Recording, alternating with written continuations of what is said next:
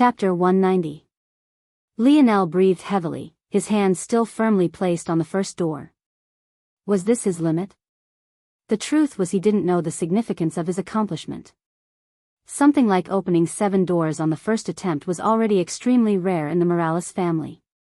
To put this matter into perspective, there were about 1 billion youths of this current Nova generation. This was how insanely large the Morales family was. Of these billion youths, half would not even awaken a lineage factor at all. Of the remaining half, about 70% would awaken the spear lineage factor and just about 30% would awaken the metal synergy lineage factor. This meant that there were 150 million youths with the metal synergy lineage factor awakened. Regardless of whether these youths were children born from Morales family women who had been married off to other families or not, they would all be considered as part of the Morales family main branch. Of this 150 million, 90% would only open the first door on their first attempt. Such people would only be able to open a maximum of the second or third door before they were forced to move on to the 5th dimensional barrier. This left 15 million. Of this amount, another 90% would only be able to open the second door on their first attempt. For these people, no matter what they tried, it would be impossible to touch the 4th door, as the 4th represented a qualitative leap. This was because the 4th door was the first marker of the metal synergy runes. This left just 1.5 million. Of this amount, less than 100,000 would ever touch the 4th door. Not even 10,000 would manage to open the 5th. And not even 1,000 would manage to touch the 6th. Finally, there was yet another qualitative leap. In some weaker generations of the Morales clan, there might not be a single person who managed to open the 7th door on the first try.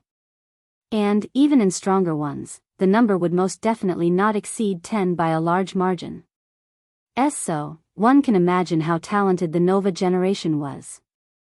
Not only was there one who had opened the 9th door on the first try, but there were an entire 7. Someone like Lionel who could open 7 with just 6 nodes was completely unheard of. However, his talent was completely overshadowed due to the negligence of his senior.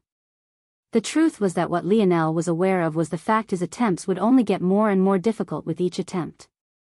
He wouldn't naively jump into making mistakes like he had in the past. It was just that he had no choice.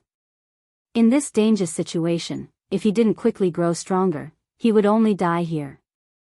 This was the price for his previous mistakes. But Lionel was unwilling. Even though he didn't know the significance of these doors, he simply didn't like having to stop at 7.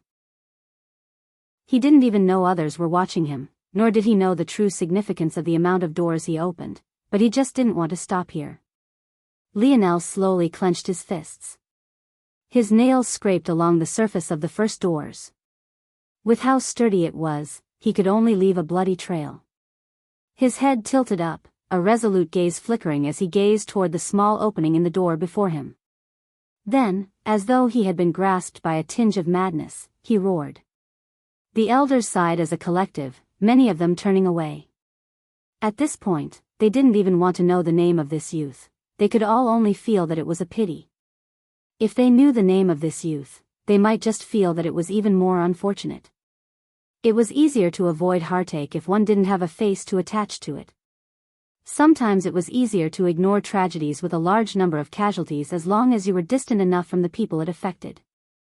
I'm going to kill that damn bastard who led this kid astray. The billowing beard of the bullish elder was still frolicking about. His eyes were practically red as he watched Lionel's wavering runic patterns. Wang! It was at that moment that those very runes suddenly turned red. The elders looked over in astonishment. This kid is trying to get himself killed. The crooked-toothed elder's carefree grin had long since disappeared. Now he just looked forward in horror. Those red runes, they had seen them many times before. Youths who weren't satisfied with their results would sometimes have a power that surpassed their means. As a result, they would try to push ahead, but this would only end up damaging themselves.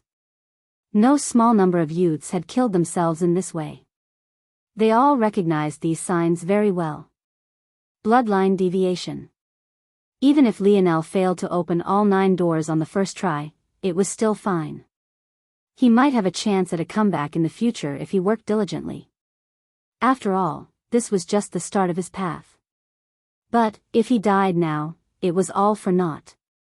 The elders became flustered. Damn it. Which planet is this kid from? Contact all of them now and find out which prodigy is breaking through. Immediately stop him. The bullish elder roared out orders to seemingly empty air, but the whole of the planet heard him. His rage caused a mad and immediate scramble that turned the entire seventh dimension into a frenzy. But, no matter how they looked, they could have never imagined that Lionel was countless light years away on a small planet called Earth. Within his bloodline world, Lionel's eyes had turned completely red. He seemed to have lost himself in a trance.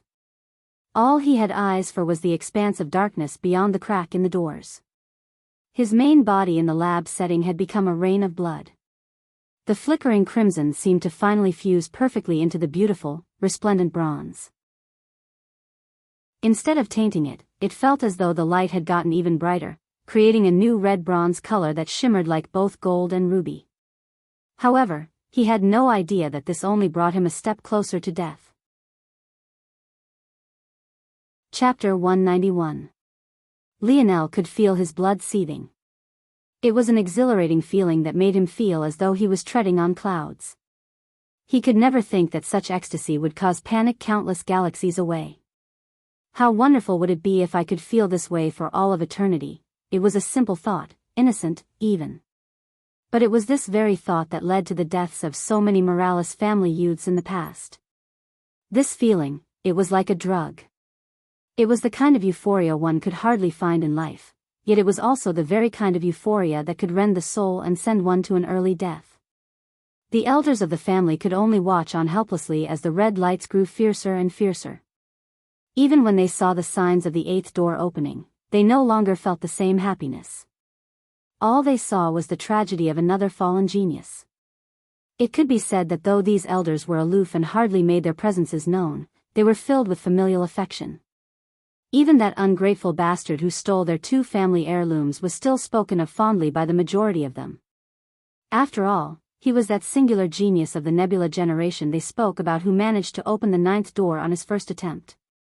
Even though they had 7 more geniuses of this caliber, how could they not feel heartache? They only blamed themselves for not finding this prodigy earlier. Within the lab setting, the changes happening to Lionel shouldn't have been obvious. If it wasn't for the fact his own blood was pooling around his body as though seeking to form its own pool of liquid, it would be hard to tell that anything was happening at all. But, at this moment, the instant Lionel touched upon the eighth door, the very same runes that had been etching them onto his skin made their way onto his bones. If his body was sliced open and his skeleton was revealed, it would be possible to see runes of red bronze being carved into them. The sound was especially grating on the ears. It sounded as though a fork was being raked across a steel pot, grinding into it again and again. However, Lionel felt none of this pain. In fact, the longer it went on, the better he felt. It was almost like a release, a spike of dopamine he couldn't get enough of. Many would see pain as an annoyance. But in many ways, pain was the reason one could stay alive. The absence of pain could very easily lead to death. It was a necessary part of life. But Lionel didn't even notice this. Even as his body was falling apart, there was a bloody smile hanging on his face. It would have been quite a sweet smile, the very smile he practiced to show to Aina, yet now, it just seemed sad. Within the bloodline world, Lionel's figure looked no different. He had practically become a man of blood, dripping from head to toe as his fists pushed flush against the first door. His eyes continued to gaze through the crack as though the expanse of darkness held his most fervent desire. It was no longer a matter of willpower. Could this even be considered willpower? He loved this feeling. Could doing something that felt so good even require willpower? The crimson light within the Morales family's sacred land had grown overwhelming. It pierced into the skies, growing to a height that almost matched the mountainous stick of incense. The pillar was intertwined with runes of bronze, radiating a beautiful and majestic color. But, to the elders, it looked no different from the send-off of a genius. A prodigy, dead just like this, even without letting the world see his brightness. More and more elders shook their heads to leave. They weren't willing to dampen their moods any longer. Someone else would investigate this matter thoroughly and find all those responsible. This was definitely a capital crime. Whoever was responsible deserved to be executed. Lionel's ragged breath sounded out. By now, he sounded more like a beast in heat rather than a man near the end of his life. He felt like he was so close. If pushing open the 8th door felt so good, how good would the 9th door feel? Wouldn't the pleasure drown him? However, at that moment, Lionel suddenly frowned. Why did he feel a nagging itch in his heart? What was this annoying feeling? I have to go to Aina. Yes, he already knew this. Wasn't that why he had to get out of this place? He would have a greater chance at saving Aina if he opened the 9th door. With how powerful this lineage factor was, wouldn't he be able to sweep through terrain with ease? Yes. That was right. All he needed to do was open the 9th door. Respect and persistence in all things, yes, he already understood this. Why was this running through his mind now? Wasn't he persisting right now? He was trying very hard. It was just that his reward for his persistence felt too good. Was that his fault? Do you really understand what these 2 words mean? His father's smiling visage appeared in his mind. That old man was being annoying as usual, wearing that smug smile as he pushed his glasses up with a finger. Of course he already understood what those 2 words meant. Do you really? Lionel faltered. Nothing easily gained is worth attaining. Lionel trembled. He thought he had understood this fact as well. Wasn't that why he had been so stubborn previously? It was even to the point he ignored his own talent and tried to comprehend his lineage factors on his own. Wasn't that what his father had meant by persistence? But why did he feel like that understanding was so shallow? It was shallow to the point even he had abandoned those thoughts, realizing that it was his own haughtiness that brought him to this point. The voice in his mind didn't speak again, but Lionel found that the doors he was pushing up against suddenly forced him to slide back. It was as though they were trying to remind him to push back, as though they wanted to remind him just how important opening the 9th door had been to him just a moment ago. Nothing easily gained is worth attaining. Lionel's dull eyes suddenly gained a sharpness. At that moment, a pain the likes of which he had never felt in his life suddenly assaulted him. He raised his head and roared in pain, his cry shaking even the Force Crystal Mine. Chapter 192. The pain, it was unbearable. Lionel felt as though countless tiny knives were ripping through his skin and bone. He had never experienced such a thing in his life. It could be said that the worst injury he had ever suffered was a few fractures to his ribcage. Even the flesh wound his hands had suffered had been mildly less painful than that. But, compared to this, those injuries were akin to an irritating paper cut. At that moment, Lionel had every intention of letting go. It was too painful. If he just let these doors close, everything would be all right. Then, he could take a rest and try again later. That would be fine, right? Lionel hadn't been one to lie to himself. He knew that he wasn't the hardest worker. He also knew that he didn't have the most resolute will. These weren't things one was born with. The reason his father tried to ingrain those 2 values into him time and time again was to remind him the value of growth. He was an 18-year-old boy. He had hardly faced any hardships in his life. Though he lived on a paradise island, he had never truly felt restricted by it. And, even though he had lived in such a place, it wasn't as though they were slums.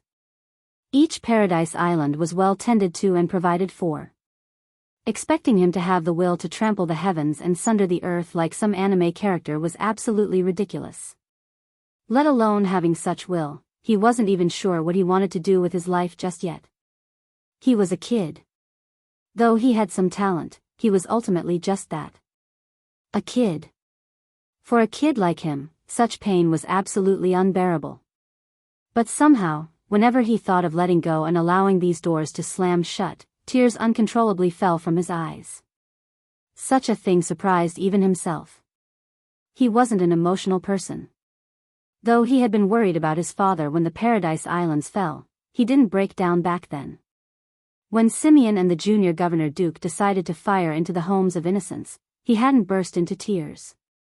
Even when his father mentioned that his mother was still alive, his emotions hardly fluctuated. But there were also many times he did inexplicable things outside the bounds of his calm and cold logic, things even he couldn't explain. He put his life on the line to save the lives of English and Frenchmen he didn't know. He wanted to be with Anna for reasons even he found difficult to put into words. And right now, he really didn't want to let go. These were tears of frustration, pain, and conflict. He could feel the doors making him buckle under their weight. It was as though they were enraged he had suddenly regained his senses and now wanted to make him pay the greatest price. They wanted nothing more than to shatter him to a pile of bone and flesh. If he took a step back, they might still give him a chance at survival. But, if he dared to take another step forward, they would go all out to kill him. Sometimes in life, the different paths people follow can be decided in an instant. That was what people who were pretending to be profound said, anyway. In reality, things weren't so simple. A single decision couldn't change anything. It was a continuous stream of decisions that would decide the path you would follow. It might take 10 or even 100 correct decisions to take a single step on the path you wanted. Maybe along the way, you might make many incorrect decisions as well.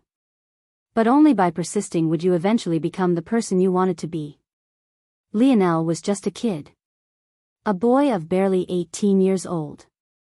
Up to now, he had already made several incorrect decisions. However, recently, he finally made his first correct one. That was to quell his arrogance and admit that he was wrong. And now, he would make his second. It was quite the pitiful sight. When the world spoke of his exploits in the future, they would never know that an overlord who could overturn the universe with a single palm was once a young boy who had a face filled with tears and snot during his first attempt to release the shackles of his bloodline, AGH. Lionel took a step forward. He heard the sound of his legs cracking, but the adrenaline rush flowed throughout his body, masking the pain for but a moment. He screamed his throat hoarse. Even he didn't know why he kept going. All he knew was that these damn tears wouldn't stop if he took a step back. That was right. He wasn't crying because of the pain. That was his story, and he was sticking to it. Bang! Wang! Wang! Wang! Within the sacred land of the Morales family, the elders suddenly snapped their heads back in the direction of the red pillar of light, only to find that the red color was receding to be replaced by a resplendent purple light. It was the kind of beautiful violet that would enchant any woman, yet carried an air of nobility that made one want to prostrate themselves. Even these elders of who knows how many years felt the urge to bow down. Purple light? What's going on? The elders were stunned. They didn't know what this purple light meant. The flagship color of their lineage factor had always been a shimmering bronze. The only exception was during bloodline deviation when it would become red, but that was basically a death sentence. The number of clan members who had survived bloodline deviation in their long history could be counted on one's hands, but violet? This had never happened before. Even the 9 doors of the 5th, 6th, 7th and 8th dimensional shackles of their lineage factor didn't carry such a color. They would always be bronze, the only difference was the brightness of their light and their strength. Of course, the fact their bloodline shackles had 5 sets of doors and not 4 like the masses thought was a deeply held secret. Lionel hadn't thought much of it when he saw 5 sets of doors, having no idea how tightly held such a thing was. The 9th door. Suddenly, one of the elders called out in shock. They had been so caught up in the shocking color that they hadn't noticed that the signature of the 9th door had appeared. The first 3 doors was a progressive purification of their bronze color, the 4th door formed the runic crown, the 5th form was the force node runes, the 6th formed the force skin runes, the 7th formed the force vessel runes, the 8th formed the force bone runes, and the 9th form was the force halo runes. A grand violet bronze halo appeared above Lionel's head, causing the ground beneath him to shatter. In fact, it was to the point that a hole was blasted through the segmented cube entirely, causing him to almost fall through and directly onto the force crystal core below. Luckily, a barrier was quickly formed, protecting him from such a tragedy. At that moment, within his bloodline world, Lionel pushed with his last bit of strength, causing the 9 doors to blast apart of their own accord. He hardly noticed the lights of bronze and violet that descended onto him before he fainted. Chapter 193. The elders stood completely stunned. They had no ability to understand what was happening. It wasn't like there had never been anyone who survived bloodline deviation before. However, their number was extremely small. In addition, those who survived would all lose the right to enter their bloodline world again in addition to losing access to their lineage factor. They would essentially be crippled in that respect. But, this was obviously not what was happening here. Everything pointed toward a successful awakening. If it wasn't for the fact there was a royal violet color infused with the usual bronze, these elders would think that Lionel had somehow reversed everything at the final moment. Just, what was happening? Those elders who had turned to leave charged back, each of them jostling for position. If before they wanted to know nothing about this youth, they now wanted to know everything. How could they miss out on learning this youth's name? The lights slowly faded and the hidden tablet began to gradually come into view. The tablet seemed to swallow all the violet bronze lights in the air, converging on a single name at the very bottom of the stone tablet. The bottom? This brat is so young. The rankings on the Nova Generation tablet, or any ancestral tablet for that matter, wasn't based on standing or rank or anything of the sort. It was purely based on the time you were born. The eldest of the generation would be ranked first while the youngest would be ranked last. It was only after a certain coming-of-age event that the order would be reshuffled. By then, age would no longer be the deciding factor of rank.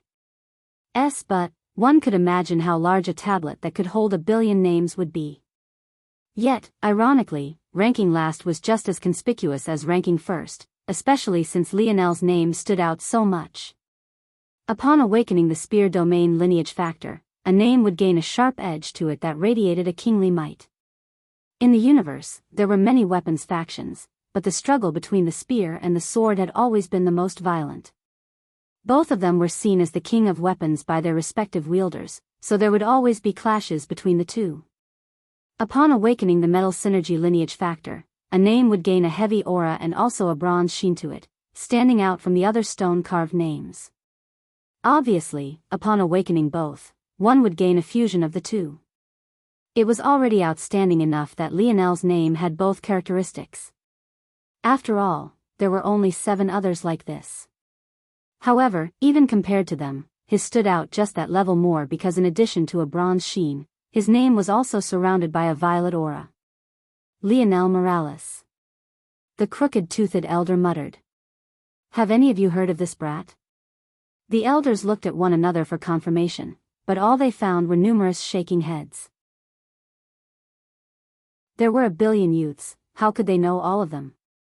In truth, with their strength, memorizing the names and faces of 1 billion people wasn't an issue. The issue was whether or not they found such a thing to be worthy of their time. He's this generation's little brother, though. If I remember correctly, the last time a name appeared on the Nova Generation tablet was 18 years ago. The elders sucked in a cold breath. Awakening both lineage factors before 20? Let's look at the Nebula Generation tablet. Hearing this suggestion, the elders all nodded. The timelines in the universe were never linear. The future could influence the past in the same way the past could influence the future. If their son awakened in this fashion, it was possible for the father to gain some benefits as well.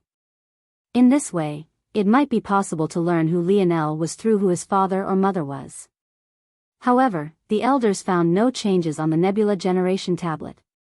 They all looked toward one another with a solemn expression. The only way such an awakening wouldn't influence the previous generation is if the previous generation was already too powerful to cause such a change. But, the number strong enough to fall into this category would definitely not number more than 1,000. The issue was if any of these 1,000 had such an outstanding descendant, how could it be possible that they'd be unaware? As such, there were only 2 explanations. One possibility was that this person of the nebula generation purposely withheld this offspring of theirs. If this was the case, the elders couldn't help but shudder. How could there ever be a good reason for doing such a thing? The second possibility was, thinking of this, all the elders had gazes that shone like bright torches. There was only, just when the elders were thinking this, several powerful auras suddenly converged and a mighty voice sounded out from the skies. The violet winds rise north, a soft sigh rang through the sacred lands. Forget the matters of today and don't investigate any longer. The child is not within our lands. A sigh rang out once again. Just as much of a troublemaker as his father, the elders below didn't dare to say much. Even after all the auras disappeared, they only looked at each other once and left silently. Inwardly, they all knew that their second speculation must be correct. Within the segmented cube, Lionel gasped awake just in time to find a last thread of violet bronze light seeping into his body. He smiled bitterly as he looked around. The lab setting was a complete mess.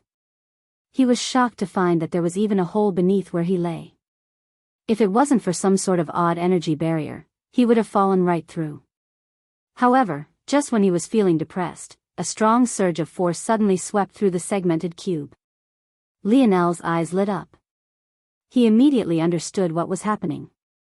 The segmented cube had absorbed enough force to enter Phase 2. Chapter 194. Lionel smiled. The evolution didn't take very long at all. In fact, it could be considered to have happened in the blink of an eye. The lab setting doubled in size. But, surprisingly, the outside view of the segmented cube actually shrunk by a size down to a 5-meter radius. In addition, it seemed that its exterior was a level sturdier. At the very least, the force eruption no longer seemed to affect it as much anymore. Lionel didn't have time to slowly figure out what changes occurred, so this time, he directly asked the dictionary. Ping, replying to seed, Phase 1 of segmented cube provides suspended animation and the black grade soothing water. Phase 2 provides the bronze grade soothing waters and evolution nurturing. Lionel raised an eyebrow. What is evolution nurturing? Ping, natural treasures within the means of Phase 2 can be nurtured for growth. What is within the means of Phase 2? Ping, at and below the 4th dimensional grade.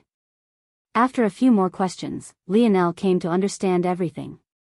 It turned out that he was right to store the ores and herbs he gained within the snow globes. In there, they could be nurtured to slowly grow and produce more of their kind. Though it would still take a long time, it was better than nothing. In addition, according to the dictionary, if he found more cores of the same kind, he could place them within the same environment and they would be able to mutually work together to expedite growth. After knowing this, Lionel immediately separated the snow globes into groups and put like minerals and herbs together. He didn't even have to stand to do this. After entering Phase 2, especially with his powerful spirit, he was able to control most of the matters of the segmented cube with his mind. These ores would become especially important to him in the future. Not because of force crafting, but rather because of a special ability of his metal synergy lineage factor. Unfortunately, he didn't have the time to explore this right now. Lionel finally tried to push himself up. But, what he could have never expected was that he would fall flat on his face an instant later. What the hell? Why am I so heavy? Lionel's expression changed as he swept his spirit over his own body. The change to his stats left him speechless.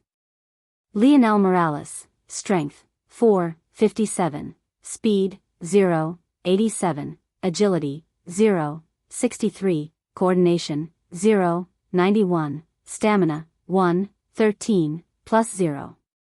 0, 5, Nullified, Reactions, 2, 0, 3, Spirit, 5, 98, Force, 0, 60. First, he was stunned that his strength actually more than doubled.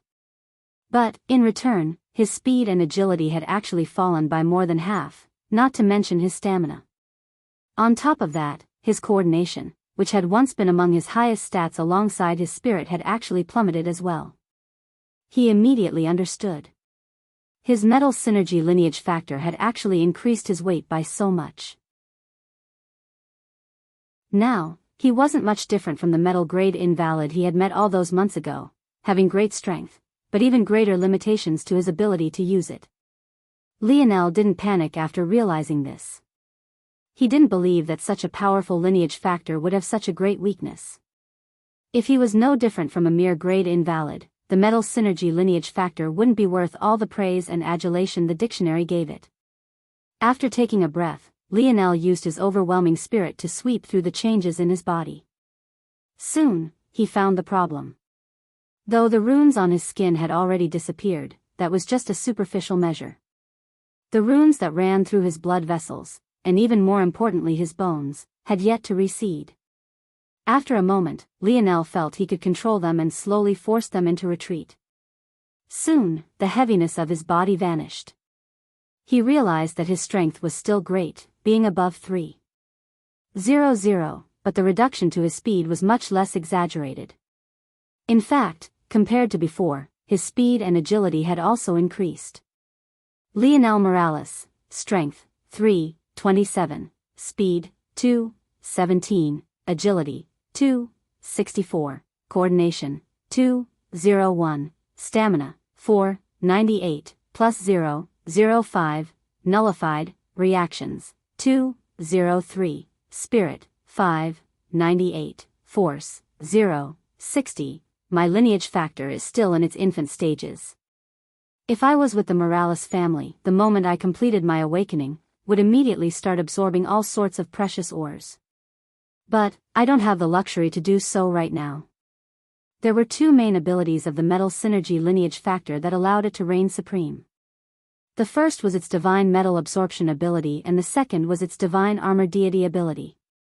Lionel believed that the weaknesses in his lineage factor would all be solved by the time he began to practice these two abilities. Lionel was beginning to feel that his stat system was too limited. When he finally had time to relax, he had to think of something better. With that thought, Lionel stood and entered the abode setting. He had to speak to the other three youths. However, he didn't expect the three of them to look at him as though they were seeing some kind of monster. If it wasn't for their masks, their expressions might have been even more exaggerated. Flowing Wind stepped forward, looking Lionel up and down. Handsome. How'd you get more handsome? Flowing Wind looked up at Lionel with a serious expression. The changes in Lionel were simply too exaggerated. Now, he stood just over 2 meters tall, crossing the 66 mark. His skin was just as tanned as it had always been, but it seemed smoother and more flawless, even to the point of radiating an incredibly faint bronze light. As though this wasn't enough, his dirty blonde hair had become a bright copper color. It was like his hair had been formed by individual, flexible filaments of the metal, sweeping across his shoulders with an inhuman sheen to it. But the greatest change was to his aura. They all gravitated toward him uncontrollably. As unreserved as Flowing Wind usually was, even she felt somewhat stifled at this moment. At this point, he really did look like some Roman god. Huh? Lionel tilted his head in confusion. He hadn't observed himself in the mirror. Even when he used his spirit to observe his body, it was only the inside of his body. So, he had no idea why their reactions were so exaggerated. That said, he didn't have the time to mind it. I'm confident in bringing us all away now and have a way to mature the Force Crystal Mine core. Stay put here, I will take us out soon. With the segmented cube gaining such a Phase 2 ability, Lionel really could mature the core now. Everything should have been made simple but... The only issue was that the situation outside had changed, leaving Lionel a bit helpless. Thanks to the evolution of the segmented cube, Lionel could even access the situation outside its walls now.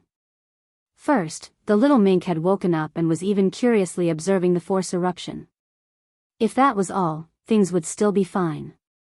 But, with the increase in his spirit, Lionel could finally see the edges of this vast kilometer-long space clearly. Thanks to that, he noticed several tunnels he hadn't in the past. And, one of those tunnels led to a valley a group of people were currently exploring. It wouldn't be long before they found this place. Chapter 195.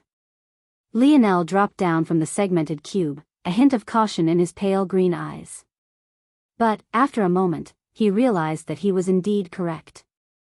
Even without activating his runes, the force eruption only put a minor amount of pressure on him. It was enough for him to feel uncomfortable, as though he was suffering from a stomach ache. However, it was no longer enough to threaten his life. And this was without his using a force skin. Lionel knew that if he activated his force runes now, even if it was only the crown of the fourth door, this discomfort would vanish completely. However, there was no need to do this, at least not for now. He still wanted to observe the situation. How long will it take to mature the crystal core if the segmented cube used its evolution nurturing ability? Ping, 12 hours 23 minutes and 4 seconds, Lionel was pleasantly surprised. Just half a day? But after some thought, he felt that this made sense. The segmented cube was a treasure from a higher dimensional world. In addition, its goal was to evolve the crystal mine into the fourth dimension, not the fifth. As such, how could it not do so with ease? Despite learning this, Lionel didn't have the segmented cube begin so quickly. In fact, it might very well be the force eruption that helped Lionel make it through this.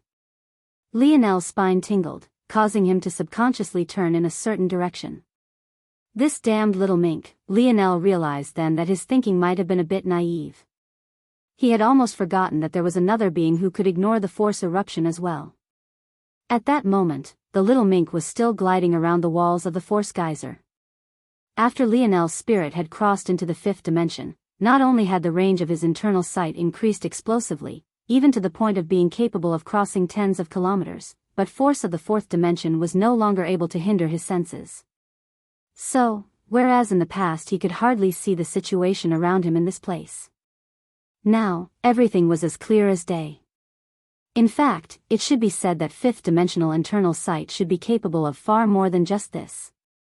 After all, a fifth-dimensional entity acting upon even the fourth dimension was akin to stomping ants, let alone a pseudo-fourth-dimensional world like this one. But unfortunately, Lionel was still limited by the weakness of the rest of his body. Still, in this sort of situation, it was more than enough. I don't think it knows him here. But should I battle it now, or? The little mink might have only been 10 meters from him, but it had no ability to see or sense Lionel. After all, not everyone had spirit as monstrous as him. At that moment, Lionel's senses latched on to a hearty laughter. If he was only relying on his ears, this laughter would have never reached him. After all, there was too much force in the air, making this large space, that should have been a great echo chamber, become insulated from noise. Lionel's lip curled. It seemed that they had finally found this place. Why not make my two enemies fight one another? Outside the force mine, Simeon couldn't hold back his laughter. He was usually a reserved individual who thought of nothing else but his own struggle for power. But at this moment, he was genuinely too happy. Lionel and the other youths had only made it to this place barely a month ago, but he had already been here for much longer, looking for a path to the Force Crystal Mine. He had always known it was here, but it wasn't as though he could ask the Slayer Legion for their map. Unfortunately, he had really met too many struggles. What should have been a quick and easy mission to infuriate the Slayer Legion had become a test of his own mental fortitude. But now, it was perfect. Everything was worth it now. In fact, the force eruption was also a great help to him. With it, it would be unlikely that the Slayer Legion would send their promising youths here. It was too much of a risk. In addition, they couldn't send anyone of the elder generation, or else his own backers wouldn't sit idly by. I can steal all your wealth and you can't say anything about it. How satisfying. After regaining his calm, Simeon's expression once more settled back to his usual haughty air. 7. Take the vanguard. You must last 10 minutes, or of what use are you to me? Yes, young lord. Simeon named all his subordinates by numbers even though they had their own names. Even the rat Lionel had killed before was known as Rat 006, one of his more precious test subjects. However, those who could be called by numbers without prefixes were most definitely the most powerful of his men. After taking the vanguard, Seven's force surged. But he wasn't the only one. 8 men and women stood around Simeon in a protective circle. However, around them, in an even larger encirclement, there were at least 30 other warriors. It was these 30 that also surged with force along with 7. The force coalesced, winding together almost like a living breathing beast. To the naked eye, it seemed as though nothing at all was happening. However, if one had awakened internal sight, it would truly be something worth witnessing. The force rose up. At first, there was only a vague cube-like manifestation. But soon, this cube began to break into peaks and valleys. The start of the process was slow. But akin to a ball rolling down a hill, it became faster and faster. Then, it seemed like in the blink of an eye, it all solidified, forming a grandiose palace. No, it was more accurate to say that this was a small replica of a palace, only capable of housing 100 or so people if they all stood as close as possible to one another. At this point, the palace had become corporeal. Like this, even those without internal sight could make out its vague outline. And, to those with internal sight, it felt like an air of majesty was crashing down upon them, wanting them to kneel in submission. Simeon and his men huddled together. After their young lord was satisfied, they walked through the path they had found, stepping into the boundless underground world of the Force Crystal Mine. Simeon felt like he was walking on a cloud. If he knew that Lionel hardly reacted to this world of crystals, he would have shamed him as a country bumpkin. This place was filled with billions of Force crystals. Just how many elites could be raised by this kind of mine? However, Simeon knew that it would be foolish to try and take it all away. This was still the Slayer Legion's territory. His plan wasn't to seek out these little benefits. What he wanted was the Force Crystal Core. Even though the Force eruption was outside his expectations, he still had methods to deal with it. In addition, he was also excited about the natural treasures that could be birthed in this environment. Force crystal mines were always accompanied by such treasures. I'll retrieve the core first. Then, I can seek out other benefits after it's secured. The group continued to walk forward. Their destination was very easy to spot. After all, a geyser of white that could even be seen with the naked eye was right before them. Lionel watched all of this happen from within the Force geyser, feeling quite helpless. There were such techniques to protect against Force eruptions as well. It truly made his own methods seem poor by comparison. In the future, when he gained enough skill to upgrade the dictionary, he would most definitely change this straightforward habit of its, "Go on, little mink, help me vent some of my frustration." The moment Lionel had this thought, the little mink had already pounced, causing him no small bit of pleasure. However, his smile slowly faded, giving way to a cold intent. The monocle-wearing bastard definitely needed to die today. The little mink was feeling quite pleased with itself. It had been the first to find this place thanks to its small size and unique abilities. Walls? How could they possibly stop it? It could pass through them with ease. Unexpectedly, its ability was actually triggered to another level upon reaching this place. Now it was even more formidable than it had been in the past. The only detestable thing was that someone had actually attacked it in its sleep. How despicable. Didn't that person see how adorable it was? How could it stand to attack it? Luckily, it had great abilities and that despicable person hadn't been able to touch a hair on its noble head, or else how would the world live on without it? The little mink didn't think much about these things. It only knew that if it had gained so many benefits just from being so far away from the Force eruption, how many more benefits would it gain by approaching the center? Something was telling it that there was something very good over there, but there was also something else telling it that it was very dangerous as well. So, it ran around the outside, sometimes on the ground, sometimes gliding through the air, trying to see if it could get a greater sense of what was hidden inside. It could only sigh to itself as it continued to circle the Force geyser. It had found such a good playmate, it was a shame that its playmate had disappeared. It couldn't sense its playmate as easily as it had before. The little mink looked up and bared its adorable little teeth. Yip! Yip! Someone actually dared come here to snatch its things? Were these the despicable people that attacked it?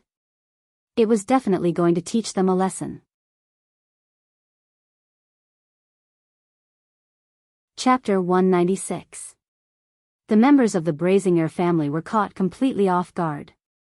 In one instant, they were happily thinking about all of the rewards they would reap on this journey, and in the next, a flash of black light appeared before their palace of force, crashing into it with a loud bang. The little mink rebounded off the shield, confusion coloring its adorable features.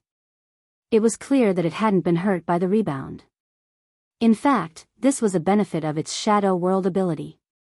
Its body was perpetually existing on two planes, so any attacks it suffered would only be half effective. It could only be said that the little guy had a truly broken ability, and who knows how it had evolved now. Still, that didn't stop the little mink from being shocked.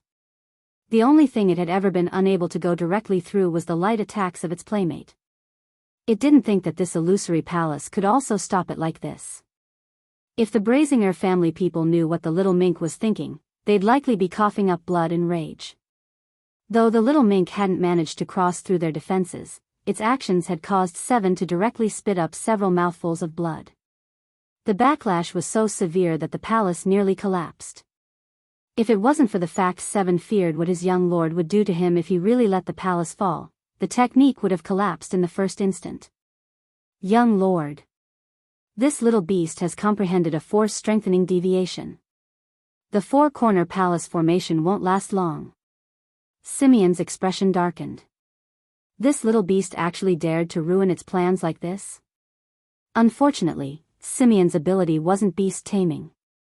Beast taming was just a product of him putting his genetic manipulation ability into effect.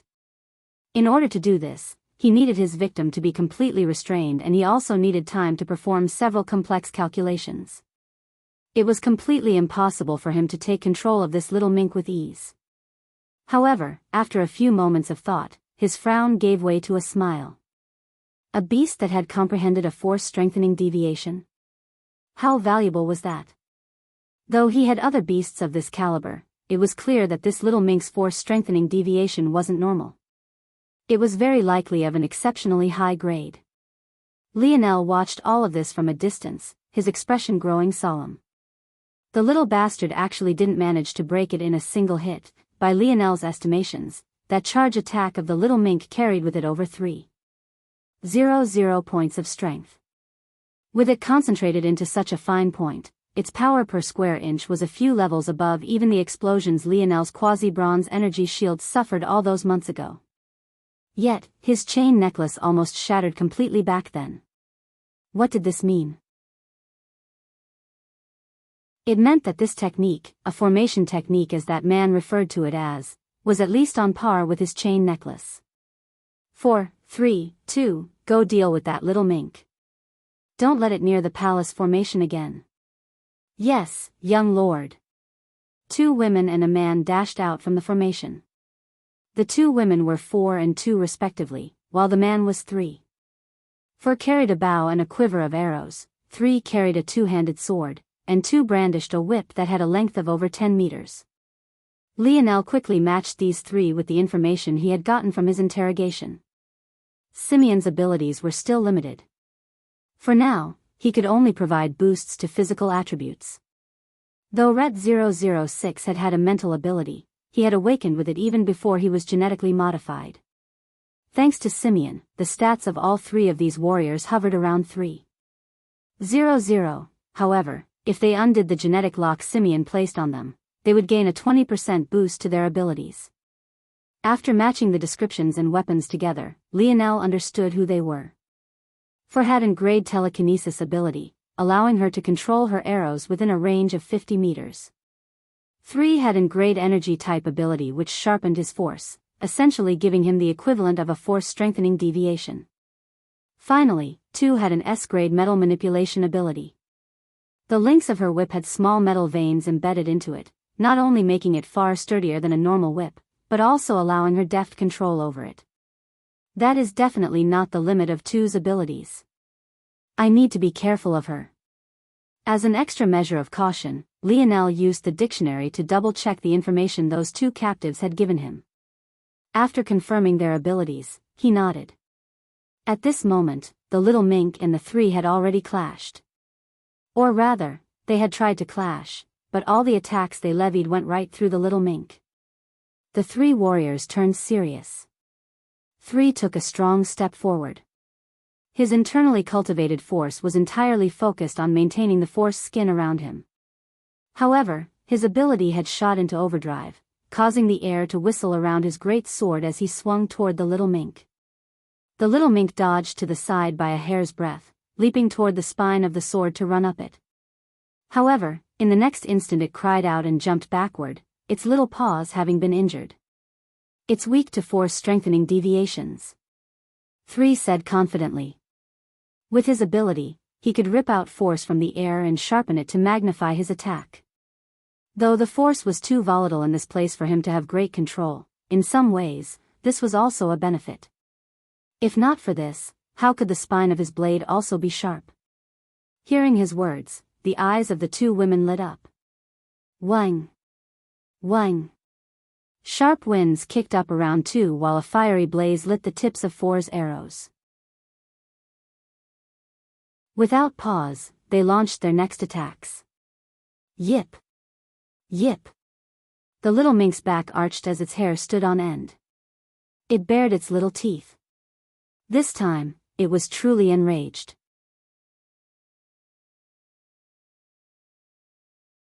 Chapter 197. The little mink knew that all this wasn't normal. There were beasts on this island that had force-strengthening deviations as well, but they had still never been able to hurt it. The only explanation was that this place, while restricting the control these 3 had, was also amplifying their strength as well. It wasn't as though the little mink's thoughts were so intricate. It mostly worked on instinct, having the intelligence of a 3-year-old child at best. But, what it did know was that if the abilities of its enemies were amplified, so were its. The little mink brandished its small claw, swiping at the air. A scythe of black manifested, tearing through the fearsome momentum. In the blink of an eye, it was already several times larger than the little mink that had cast it out. However, its power had also been spread out just as well.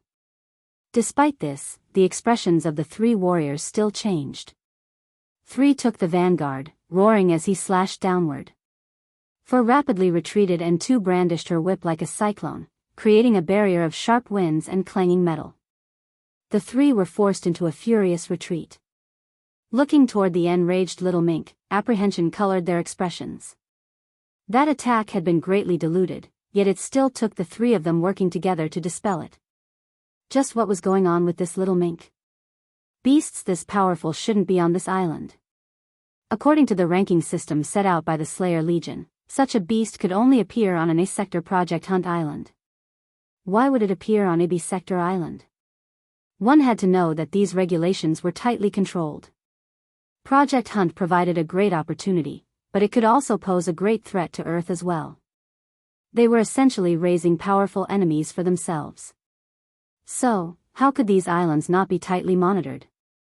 The only explanation for this was either that this little mink had only recently evolved to have this level of strength or that it was simply too good at escaping. It might very well be both. Realizing this, the 3 grew serious. Though each of them was confident in taking on this little mink alone, they were on a timeline. The young lord had already said he wanted 7 to last for 10 minutes. With how demanding the young lord was, one could deduce that lasting for this period of time was definitely difficult. Now that the formation had actually been damaged, it was likely that he would last for even less time. If that was the case, 7 would have to be swapped out. But, 7's abilities were the most suited to being the core of the formation. In that case, they had to end it as quickly as possible. 4 was the first to react. Her body began to morph, her long, slender legs growing in size as large pink wings appeared to her back. Her nose grew in size as well, becoming slightly more hooked in nature as she shot into the skies, brandishing her bow and arrows time and time again as though she couldn't tire. 3 reacted swiftly as well. His body grew half a meter in size, his back becoming somewhat hunched over. Muscles bulged along his arms and a patch of dense hair burst out from his chest. 2 was the last and experienced the least changes. However, if one looked more closely, it was possible to see that her nails had gained a metallic hue and grown about an inch. In addition to this, her pupils grew just a slight bit more narrowed as though she was a feline prepared to pounce. From 4 to 2, each seemed more human than the last. But it became very clear, very quickly, that this only made them more powerful. 3's speed was completely unlike what it had been before. With 4 raining down flaming arrows from all sides, the paths of retreat the little mink had were completely limited. The little mink dodged time and time again, trying to find an opening to lash out, but its intelligence was still too lacking. It wanted to get rid of the annoying man in front of it, but it would fall into a rage whenever 4 shot an arrow at it. Like this, it kept bouncing back and forth between wanting to attack 4 and 3, causing it to end up threatening neither of them. 2 didn't attack at all. It was clear that she was content to observe the situation, stalking her prey. The yips of the little mink filled the space. Even with the noise-nullifying effects of the space, its enraged calls traveled far. It jumped about wildly, sometimes using the ground and even sometimes using the air as a platform. But, it seemed to be getting nowhere. In the distance, Lionel couldn't help but sigh. This little bastard is so useless. You gave me all this trouble yet you can't take down even one of them? Though Lionel was shaking his head, he knew it wasn't because the little guy was weak, but because it didn't know how to use its strength.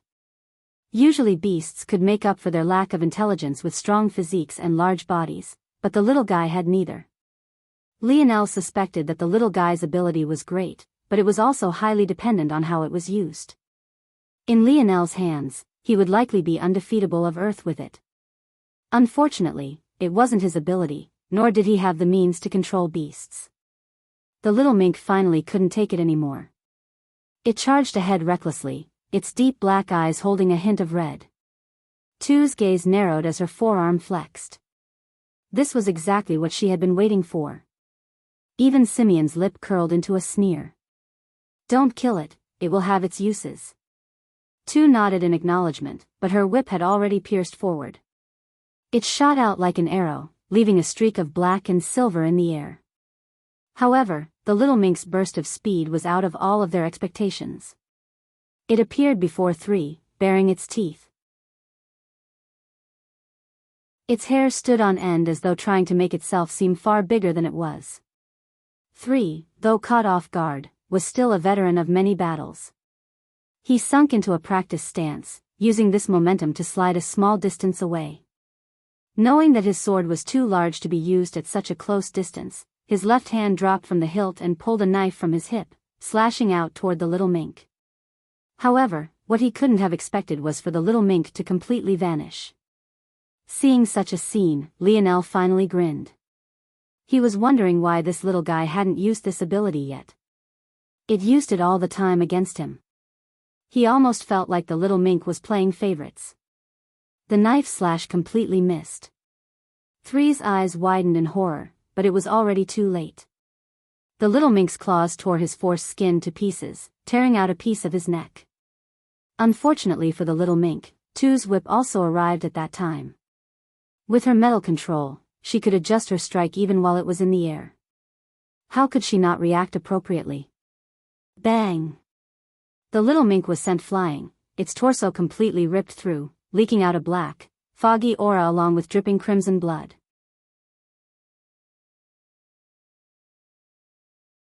Chapter 198. Lionel sighed.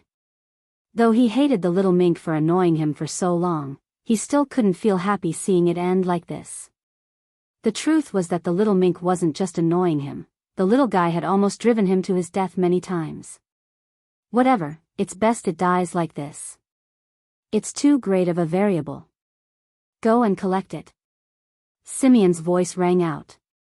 We're running out of time. When Lionel heard this, his expression changed. It wasn't because Simeon was so uncaring about the death of 3, but rather because he had forgotten to consider what would happen if Simeon took control of the little mink like he had done all the other king beasts currently protecting the hive. Lionel had no doubt that the outside world was currently in chaos right now.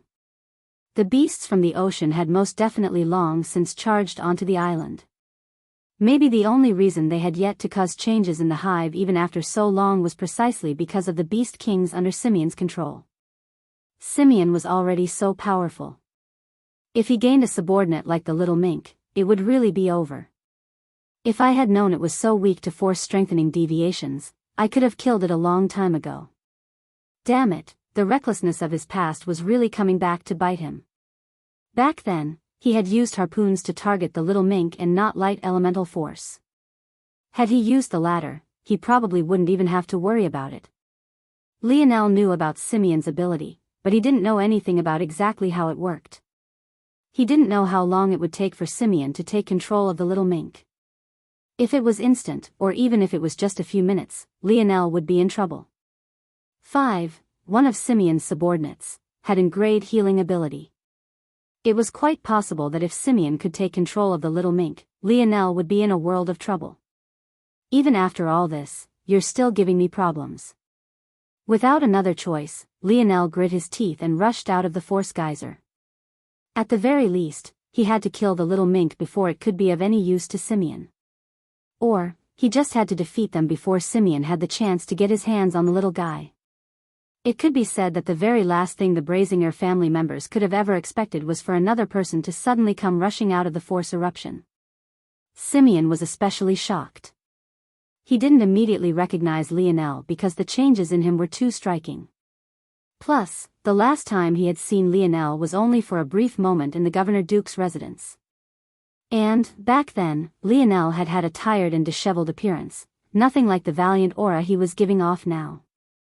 The true reason Simeon was shocked wasn't because he recognized Lionel, but rather because he knew more about force eruptions than Lionel had just a few days ago. Charging out of a force eruption like that should have been impossible, unless, retreat. He's very powerful. Simeon immediately took command. He knew he couldn't be laid back any longer. At this moment, his true disposition took the lead, causing Lionel to raise an eyebrow. It seemed he had underestimated Simeon a bit. However, that was all. He knew that Simeon was on a time crunch. But, unlike Simeon, he didn't have to worry about the force eruption at all. A spear appeared in Lionel's hand as he leapt into the air. He didn't want to make it obvious that his target was the little mink. After all, the three warriors were much closer to the little beast than he was. If he made his target obvious, they might first retreat with the little mink. However, if he targeted 4 first, it was a different matter entirely. The expression of 4 changed. So fast, not only had Lionel awakened the wisdom branch of his snowy star owl lineage factor, but this had caused an indirect boost to his control over the light element. Though he should still be at the first stage, there was still a 10% boost over his previous speed. By the time 4 realized that she just might die, Lionel had already appeared before her. She couldn't help but shudder when she looked into Lionel's eyes. There was a cold, calculating glint within them as though he didn't care about how many lives he reaped. In reality, this wasn't the case. Lionel was inherently a person who didn't like to kill. However, he no longer let it rule his mind. As a result, he could focus on the battle entirely. This cold look in his eyes wasn't indifference, but rather was the state he entered when he activated his ability. His thoughts whirred past at impossible speeds. The world became a series of numbers, angles, and probabilities. The entire battlefield was reflected in his mind, becoming no different from his chessboard. Lionel's treasure shoes glowed green as he shot forward, reaching an even higher level of speed. His spear pierced through the air, appearing before 4's throat. How could 4 even defend? She was an archer. Even though her close combat skills were also not bad. What could she do to Lionel? PCHU4's eyes widened in horror, looking toward the spear piercing through her throat and spine as though she still couldn't believe it. Even as her eyes dulled, she still couldn't. Why didn't I fly away? These were the last thoughts she had. Her shock hadn't come from Lionel's speed or his power, but rather the fact she really hadn't thought of something so simple. How laughable, a veteran of battle like her, dying in such a way. By this point, Tu had also reacted. She completely forgot about the little mink. What did it matter if there was another enemy right before her? But, what happened next shocked her even more. Instead of dodging her whip, Lionel actually reached out a hand to snatch it. Tu thought he had lost his mind, but also inwardly sneered. Was her whip really so simple to catch? Even a normal horse whip could lacerate a human's skin. In addition, she had already assumed that the light beneath Lionel's feet was related to his ability, so he couldn't also have a defensive ability, right? But, reality was cruel. Beautiful bronze runes covered Lionel's hands and forearms as he snatched the whip out of the air. A stinging pain assaulted his senses, yet, other than reddening a bit, his skin wasn't affected in the least.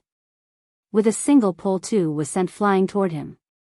She really hadn't believed that such a thing would ever happen. However, she didn't panic like Four had. The whip around Lionel's arms snaked forward, trying to wrap around him entirely. After all, Tu's ability was metal control. Wasn't Lionel looking down on her too much trying to do this? Tu snorted as she allowed Lionel to pull her through the air. She could almost see the sight of Lionel being strangled to death by her whip. But, once again, reality was cruel. Trying to control metals in the presence of a Morales family heir? That was a bit too naive. Tu felt that the loving connection she had always had with metals suddenly disappear, as though it had been cut off by some cruel and callous person. By the time she realized the situation wasn't good, Lionel had already pulled her to within 3 meters. In fact, his spear was surging toward her forehead without the slightest bit of mercy. It wasn't fair. She had too many other abilities. She still had the needles she always kept around her hips and the armor that always protected her torso. Yet, it all seemed useless. A moment of overconfidence ended her life. Plus, even if she had time, could she control her needles in Lionel's presence? And what use was an armor if his target was her head? Shoo! Tu's eyes dulled, staring at Lionel's spear in the same shocked manner Four had. Chapter 199. Lionel landed heavily on the ground, a long breath leaving his lips. His body felt good. He couldn't explain it with any other words. He just felt free and much better than he had ever before. He sent a glance toward the little mink who was currently lying in a pool of its own blood. Forget it, it can't do anything to me in that state anyway. Consider this payback for all that hell you put me through. Whether you live or die is up to yourself. Lionel shook his head. It seemed he was still a bit too soft. But, he excused himself of this folly by remembering that Simeon was standing right before him. This was a much greater enemy. Lionel's gaze turned cold as his eyes met Simeon's through the cracking palace formation. A hardly concealed animosity flickered within him. Simeon frowned. Why did that gaze seem so familiar? Suddenly, a tremble coursed through his body. He had seen that cold gaze before. It was a gaze that pissed him off whenever he thought about it. It's you. If it was anyone else, Simeon's words wouldn't have reached him through the volatile force. But, Lionel heard him just fine. Still. He didn't bother to respond, opting for shooting forward instead. Simeon's expression flickered. Retreat. Retreat. One was an exceptionally tall man. He stood beyond normal human limits, reaching 2.5 meters. Yet, instead of seeming slow and lumbering, he had a sharpness to him that made it seem he was the one of normal height whereas everyone else was too short. He always considered himself to be invincible.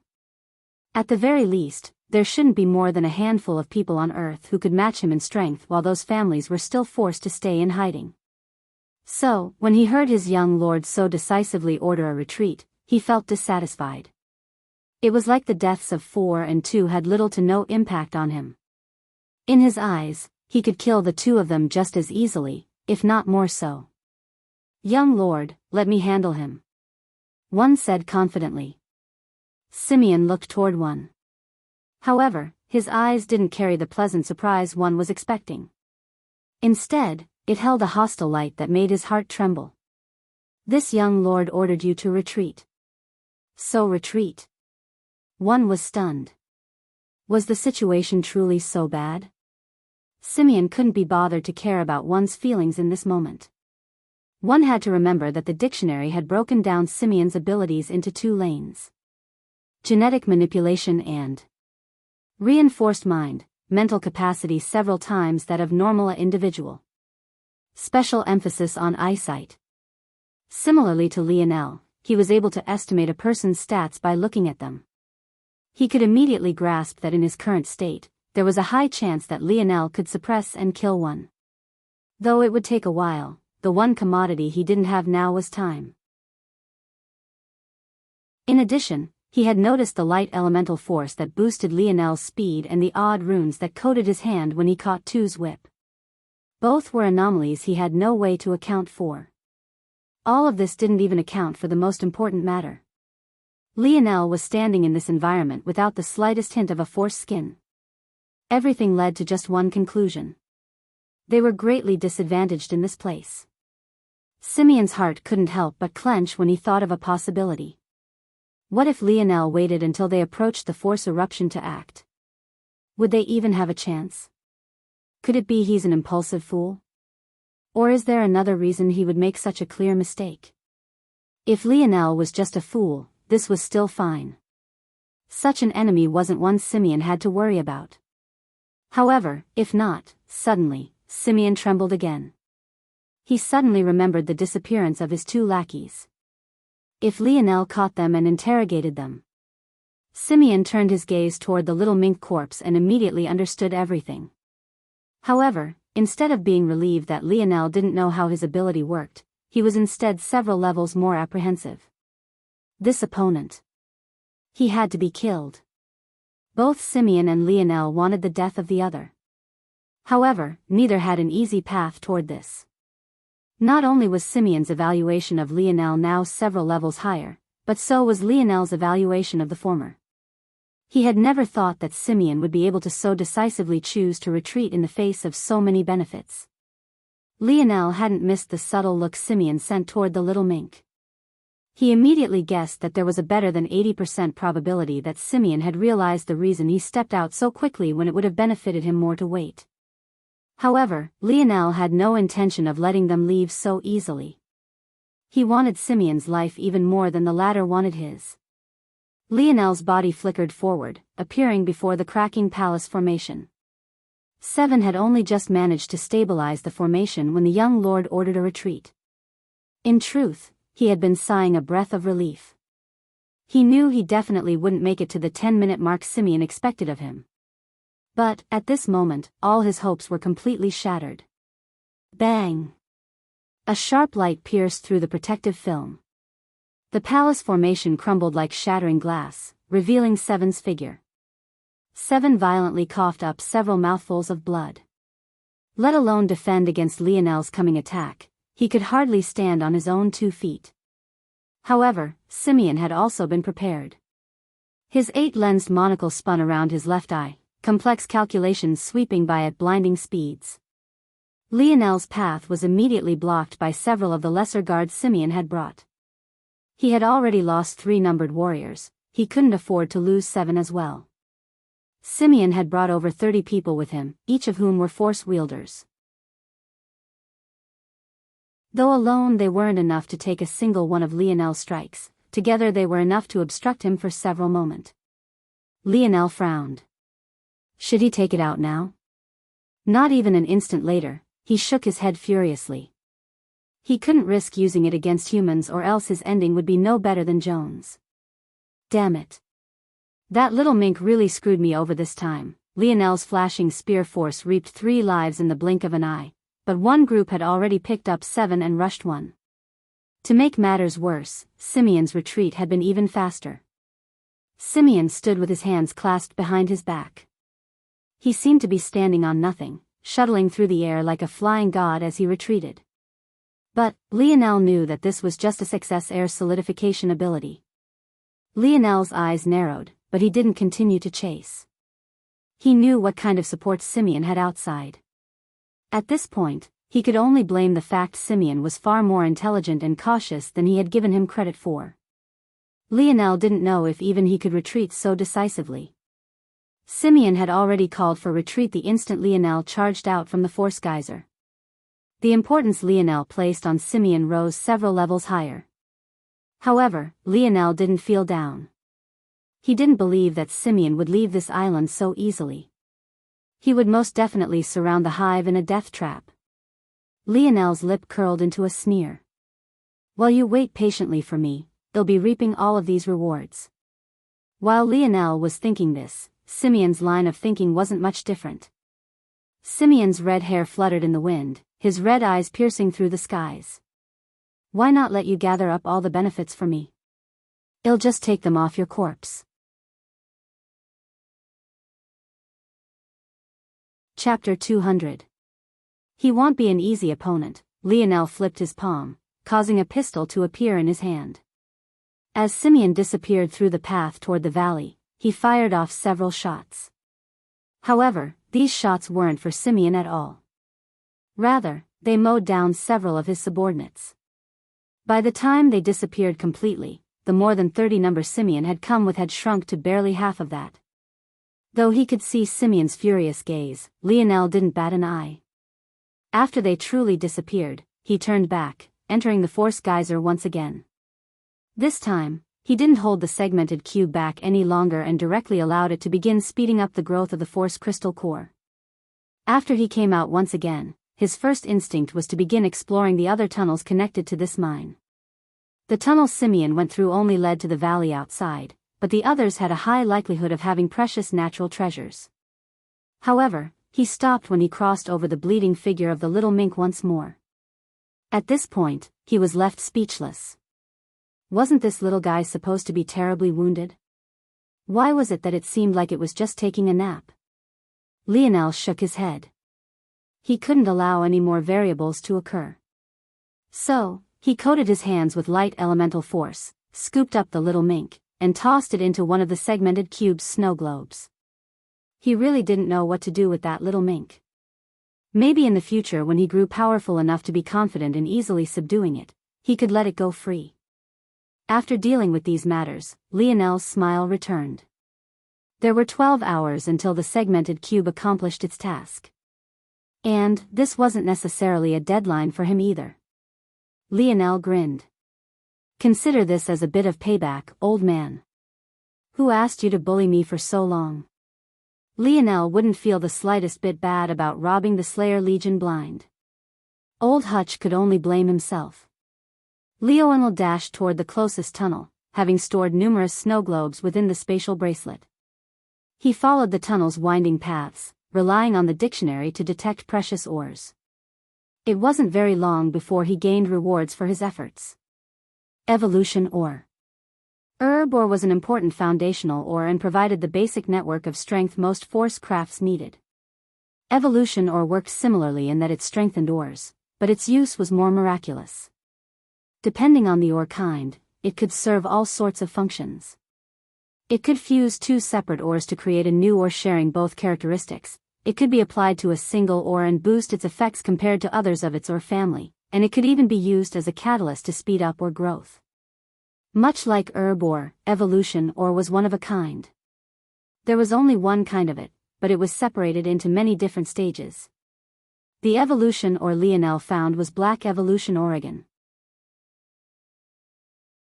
So, it could provide such effects on any black grade ore and below. In translation, this meant any ore within the fourth dimension and below. Lionel was happy with this harvest. This vein of evolution ore had enough essence for 7 pieces. Essence was a unique concept that only applied to certain rare natural treasures. It was a method of calculation. Essentially, for an evolution ore to achieve its basic effects, it had to have a certain amount of this essence. The reason why this was important was because of the fourth ability of Evolution Oregon. If 10 pieces of Black Evolution ore were fused together, they could form Bronze Evolution ore. If 100 pieces of Bronze Evolution ore were fused together, they could form Silver Evolution ore. In order for a piece of ore to count as one, it had to have enough essence. There were very few things that could combine things of lesser quality to form treasures of higher quality, but evolution ore was one of them. If I could find more evolution ore, just enough essence for 3 more, I would be able to use a 5th dimension ore as the foundation for my divine armor. Lionel's eyes lit as though they had caught on fire. The 2 core abilities of his metal synergy lineage factor were divine metal absorption and divine armor deity. The second was the very reason why the Morales family had evolved to become such good force crafters as well as warriors. Divine metal absorption allowed one who had awakened their lineage factor to absorb metals to strengthen themselves.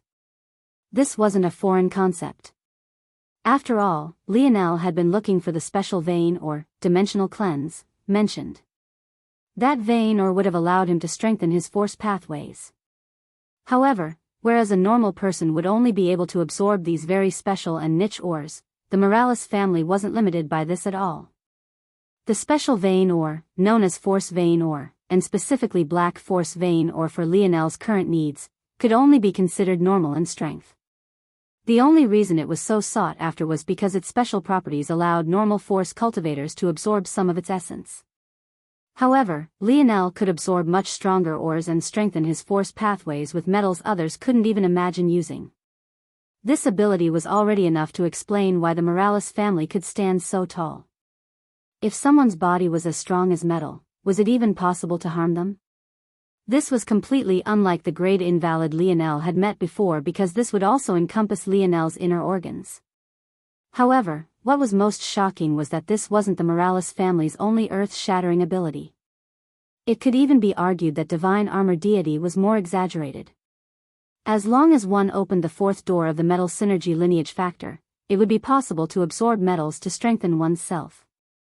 However, one needed to open the 7th to gain the right to build one's own divine armor.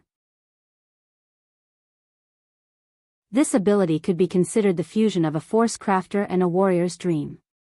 It allowed one to forge one's own divine armor and make it a part of one's body. This meant that even without a spatial treasure, one could summon their divine armor to protect their body as they pleased. What made this even more exaggerated than the metal absorption ability was that divine armors allowed a Morales family member who had opened the 7th door the power to share abilities with the ores they formed their divine armor with. If they absorbed a wind elemental vessel ore, depending on the quality, they would just as easily gain wind elemental force strengthening deviations. The more exaggerated the abilities of the ore, the more powerful the divine armor would become. Of course, one had to be exceptionally careful with what they chose to make their divine armor out of. After all, it was impossible to be a master of all. If one made their divine armor a hodgepodge of ores with no clear direction, you'll only end up being a jack of all trades without any sort of real power. The reason Lionel was so excited was because opening the 9th door gave him the right to attempt to absorb and use quasi-5th dimensional metals into his divine armor. But, his father had left him behind a note that made his thoughts run wild. If he used evolution ore as the core of his divine armor, it might be possible for him to form a 5th dimensional divine armor while his body was still in the 3rd dimension. After all, one mustn't forget that Lionel was still currently forming his foundations to enter the 4th dimension. Lionel's heartbeat quickened. Though divine armor could easily be discarded and reformed, it was best to pour one's heart and soul into one for each major tier of power. If Lionel managed to have such a good starting position, it wouldn't be necessary for him to discard his divine armor until he entered the 5th dimension. However, he was getting ahead of himself. He still needed to design his armor and he still hadn't decided what ores he would use either. Plus, just because he found 7 evolution ores here, didn't mean he would definitely find another 3. Who knew how long it would take? There was one last problem as well. According to his father, this was all just a theory, even he hadn't tried it out yet. He hadn't had the computational abilities to think of it when he was young, and by the time he realized it was feasible, the evolution ores he needed for his tier of power were simply too rare. Who was to say his old man wasn't screwing him over again?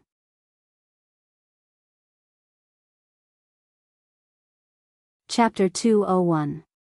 Lionel carefully put the evolution ore away before moving on to the next source the dictionary had detected. If he simply left things as they were, it would probably take decades for the segmented cube to naturally form the remaining essence he needed. Though Lionel had no idea whether this was considered a long time or not, he still felt that he didn't want to wait it. So he was already hoping against hope that he would find another deposit of evolution organ. Unfortunately, reality was cruel. Evolution ore was an impossibly rare metal, even more rare than dual elemental metals. Finding a single deposit was already enough luck for a lifetime. However, Lionel wasn't very depressed about this. He was still a poor soul who thought that if he could find it once, he could do it again. But he had no idea just how long it would take him. If he had, he might have cried a few tears already. The current Lionel, though, was still ignorant of his current circumstances. His mind was filled with thoughts and designs for his divine armor. But, with every new ore deposit he found, his mind would change again, leaving him in an endless storm of thoughts he couldn't extricate himself from. After leaving the evolution ore deposit, he found 3 different kinds of fire elemental vessels. One was exceptionally good as the base of short burst treasures, another was good for maintaining high temperatures for an extended period of time, and the last was a combination of the first 2, though being weaker in both respects. When he left those deposits, Lionel found a wind elemental vein ore not long later, and he thought of how cool it might be to combine the 2. If he formed a divine armor with a fire base and wind veins, its multiplicative power would make up for one of his greatest weakness, his attack power. It was a shame. Lionel had what was likely the strongest ability on Earth, but he was still at a disadvantage purely because his was of the sensory type. Toward this, he could only feel helpless, so he thought it might be a good idea to form a divine armor that could make up for this. However, soon after that Lionel found another wind elemental vessel. Lionel was quite familiar with wind elemental vessels. After all, the first ore deposit he had found after coming here was the Whispering Breeze Oregon. This wind elemental vessel was known as Fluttering Leaf Oregon. It was exceptionally light to the point it felt as though one was holding on to a piece of foam or a cloud rather than a metal. After finding it, Lionel immediately had a vision of soaring through skies with wings of metal. Following this, he almost completely abandoned the idea of a dual fire-wind divine armor entirely. After all, another one of his weaknesses had always been speed. This was especially so when he fully activated his metal synergy lineage factor. However, even this fantasy didn't last for long. Lionel found another incredibly rare ore. Though it was also an elemental vessel ore, there were tiers of separation between their rarity and value. Elemental vessel ores of the fire, wind, earth, and water variety were the most common. Beyond that, there were what were known as unique elemental vessels, and they included the lightning elemental vessel Lionel had just found. Damn. Lightning is cool too. This lightning elemental ore was known as Second Strike Lightning Elemental Oregon. It was known by this name because it needed a catalyst to activate. Once it did, it would be able to amplify the result with a second strike. This lightning elemental ore was especially beloved by force users who could be classified as mages like the Mayan priest. This was especially so for mages who had lightning affinities, lineage factors, and abilities. This was because such people could use this ore to speed up their thinking and reaction time, allowing them to finish their casting better. There were many other applications to this ore as well, but what Lionel knew was that if he absorbed its properties, due to his lineage factor, he wouldn't need to be a lightning affinity mage at all to gain the same benefits. This is no good. Every idea seems better than the last. Lionel could imagine building a lightning divine armor with this ore as the base. Not only would he have great offensive power and speed, but it would also be capable of supporting his ability as well. Would giving him even faster thinking speed be like putting wings on a tiger? Due to all of these ideas and thoughts, an incredibly weird scene began to form. Lionel, who should have been happy with all of his gains, was suddenly grumbling about as though it was a bad thing for so many ores to appear here. If others knew, they might hate him even more than his indomitable persona. As Lionel grumbled, he communicated with little Tali as they began to melt through another wall. Lionel realized that after he awakened his metal synergy lineage factor, his ability to communicate with his familiar reached a new high. In fact, he found that based on their new and improved synergy, Lionel could replicate the effects of someone with a grade designation a sub-stage higher. This meant that even without reaching the superior grade 1 designation, Lionel's skill was actually no less than such a person already. It was no wonder the Morales family chose metal spirits as their ideal familiars. Roar. Bang. Just as Lionel was lost in his thoughts, thinking of new divine armor designs, a loud roar suddenly shook his mind as he was sent flying. He crashed heavily against the opposing tunnel wall, causing all the air to be knocked out of him. If this had been before he awakened, Lionel was certain that he would have broken several bones and even coughed up several mouthfuls of blood from this impact alone. However, maybe the most shocking thing was that this roar hadn't come from a beast that managed to make its way into the hive. It had come from the wall Lionel had just been excavating.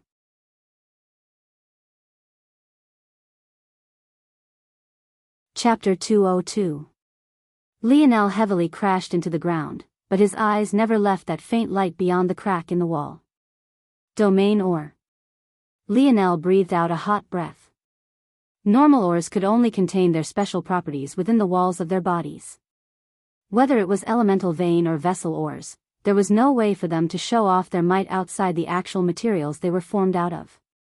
However, domain ores were different. Not only did they have special properties, but it was also able to project those special properties into the outside world.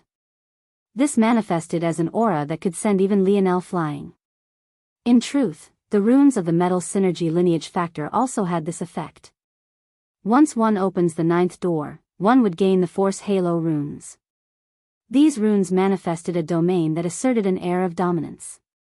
It was due to releasing a bit of that dominance that Lionel could suppress Tu's ability.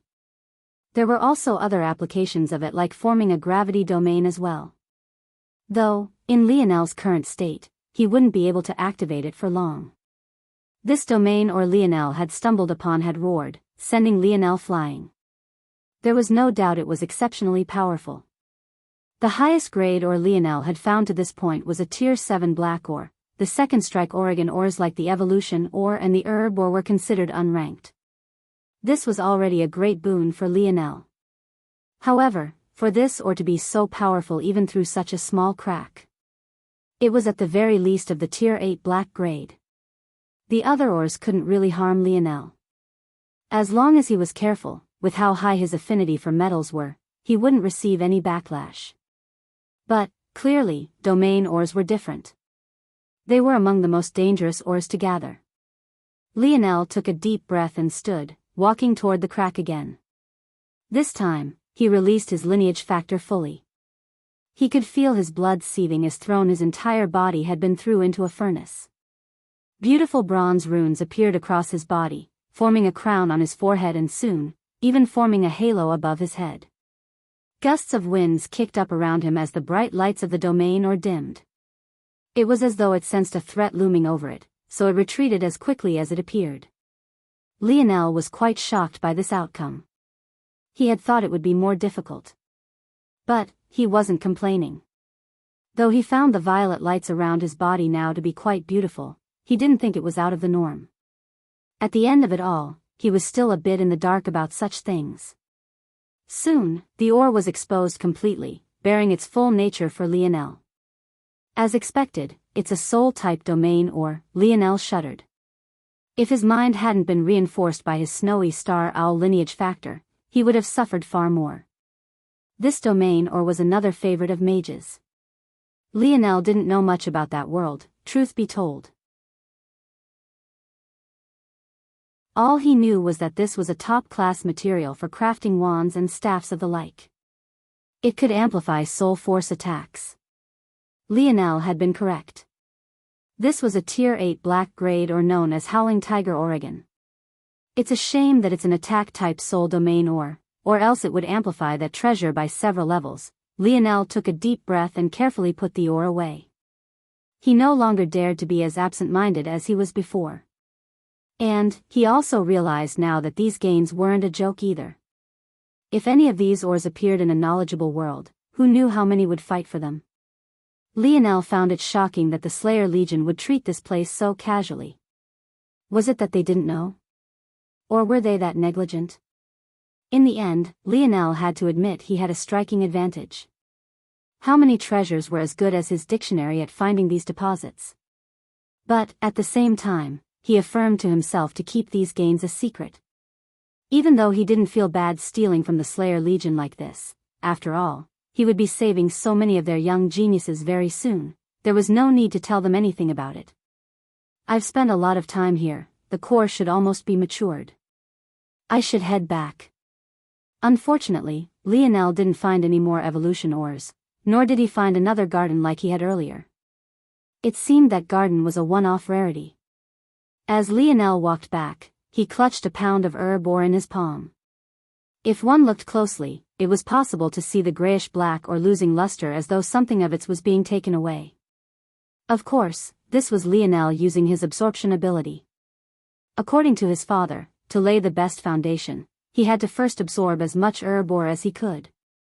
He wasn't allowed to absorb any other kinds of ores until his body was saturated with herb essence. Only in this way could his body withstand the formation of a powerful divine armor. Luckily, Lionel had found large deposits of herb ore dotted across this hive. He could even be considered part of the nouveau riche since it was the world's universal currency. As Lionel was on his way back, he casually paid attention to the dictionary. He hadn't expected to actually detect anything. After all, he had already been through this passage once, he was only making his way back. But, unexpectedly, there was actually a reading. Lionel raised his brows. Are you crapping out on me? Why didn't you detect it the first time? Though Lionel thought this to himself, he still made his way to where the dictionary mentioned. But, oddly enough, the signal disappeared. Huh? Did it really crap out? Lionel frowned, his internal sight blooming forth and blanketing the general direction. But, he sensed nothing. Huh. At that moment, Lionel suddenly felt like his internal sight had been cut off, as though he lost a portion of himself for a moment. It was an incredibly surreal feeling, as though he was standing in two different worlds at the same time. In that very instant, Lionel understood exactly what it was he had found.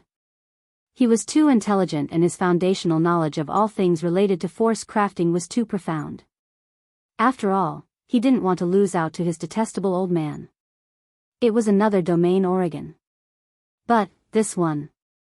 The howling tiger or couldn't even shine the shoes of warping domain or warping domain Oregon. It was a quasi-bronze grade Oregon.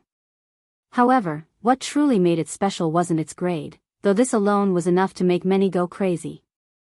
After all, an ore was capable of forming treasures many grades above its own should the force crafter be skilled enough. No, the reason this ore was so valuable was because it was of an exceptionally rare family. Just like Howling Tiger ore was of the soul type, Warping ore was of the spatial type. Warping ore had the ability to create an independent space. Its defensive abilities were infuriating. It could make a single step feel like an entire mile. If I combine this into my divine armor, Lionel's heartbeat quickened.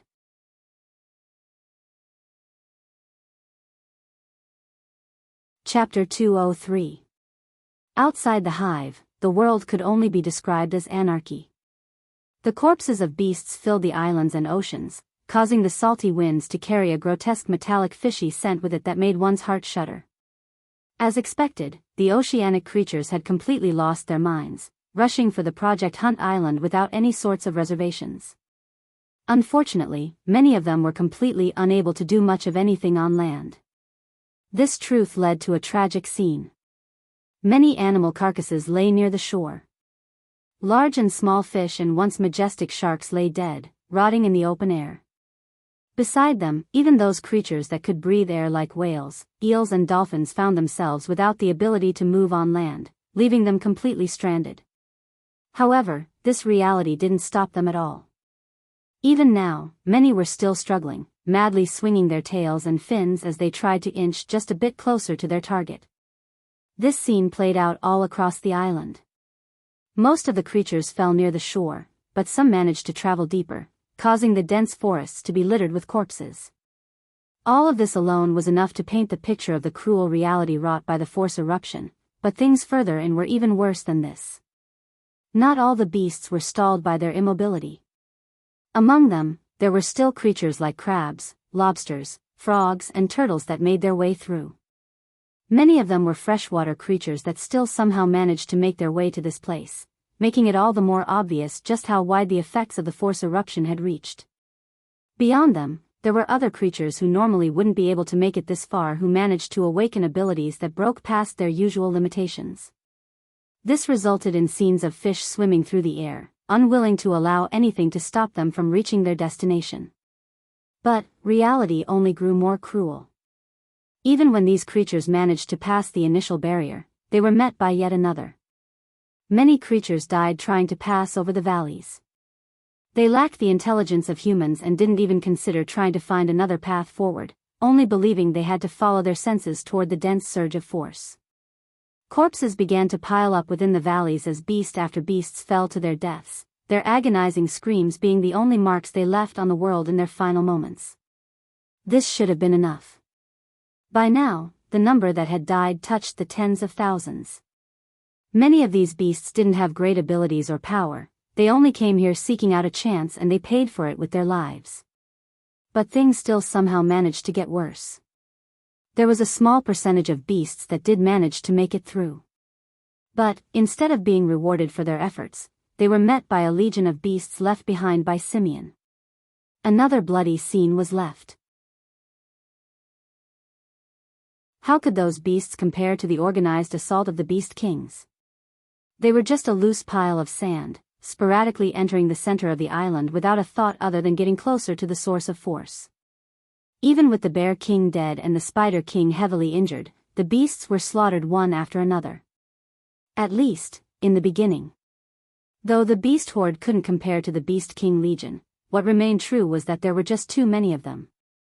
While each Beast King only had 100 or 2 under their control, the beasts came in tides of a few hundred each time. If it wasn't for the fact the Beast Kings only had to defend one direction thanks to the valleys and that most of the beast horde couldn't compare to the Beast Kings in strength, they would have already been overrun. Even then, after a week of this, the Spider King finally fell to his injuries. A week after that, it was the Tiger King who fell. With each successive death, the protective army grew weaker. The loss of a Beast King also meant that their legions would scatter as well, losing their minds just like the horde of beasts that was attacking them. This is madness. A familiar young girl stood on the branch of a tall tree outside the center of the island, looking forward as though her eyes could pierce through everything. On the opposite side of the same tree, a familiar young man stood as well, shaking his head. I knew that a force eruption could cause a lot of trouble in a low-level world like ours, but I still didn't think it would be this bad. It can't be helped, the beasts haven't fully developed their intelligence yet. The girl mumbled. The higher level the world, the rarer and more valuable force eruptions were. But, at the same time, it would come with more intelligent beasts who could think and reason just like humans could. In such cases, would they lose their minds like this and charge ahead without thinking of the overall situation? Of course not. That said, that didn't mean high-level beasts would ignore such events. In fact, it might even be possible for those high-level beasts to take advantage of the less intelligent ones beneath them to clear out all opposition. But still, even in those cases, the scene would be much more controlled. Should we go? If we let any more of those Beast Kings fall, it'll be even more difficult to want to get them out of that hive. The young man said. Don't you find it weird that these beasts are just standing there? There has to be a reason that they're the only ones who didn't lose their minds. It might be that one of those promising youths has a beast control ability. If they have a beast control ability, why did they run to the hive instead of charging out of the island? With control over that many, it would have been easy. The only logical conclusion is that these beasts are controlled by the Brazinger family people, so we have to be more cautious. As though confirming her words, the young lattice eyes narrowed as she noticed a young man wearing an odd monocle walking out from one of the tunnels with his hands clasped behind his back. Just by his red hair and eyes, she could tell that this young man was from that family. The beasts immediately reacted to this young man's appearance, taking defensive stances around him. The young woman sighed. Sometimes she hated being right. Suddenly, the situation changed once again. Let alone the two old Hutch had sent, even Simeon looked up with shock evident in his eyes. Bang! Bang! Bang! The white geyser of force suddenly concentrated into a fine line. It compressed on itself to the point it became a blinding gold that outshone even the sun hanging high in the skies. Then, it exploded, sending a rain of gold in all directions. The raging roars and the bloody battle all suddenly came to an end. In fact, everything, including the young man and woman, Simeon and even the beasts, sat on the ground, closing their eyes in meditation. For those few moments, it felt as though everything in the world was clear to them.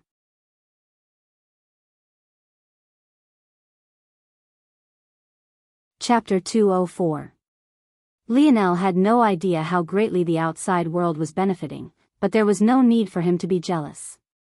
As the ones closest to the Force crystal core, there was no denying that he, roaring black lion, thunderous clap and flowing wind were most definitely receiving the greatest benefits. In truth, all four of them, including Lionel, had been caught off guard. But, as though it was instinctual, they all knew exactly what they should do. The maturation of a Force crystal mind core came with a moment of enlightenment. The completion of the natural force art required a communication with the most fundamental laws of the universe. When this gate of communication is opened, not only will the mind itself greatly benefit, but all creatures within its range of influence would as well.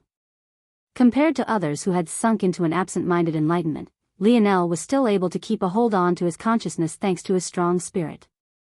In fact, he was currently struggling, trying to decide what it was he wanted to comprehend. Should he use this moment to understand his snowy star owl lineage factor a bit better? Or should he use the chance to calculate the feasibility of forming a 10th node? Or maybe he should use this chance to absorb more herb ores?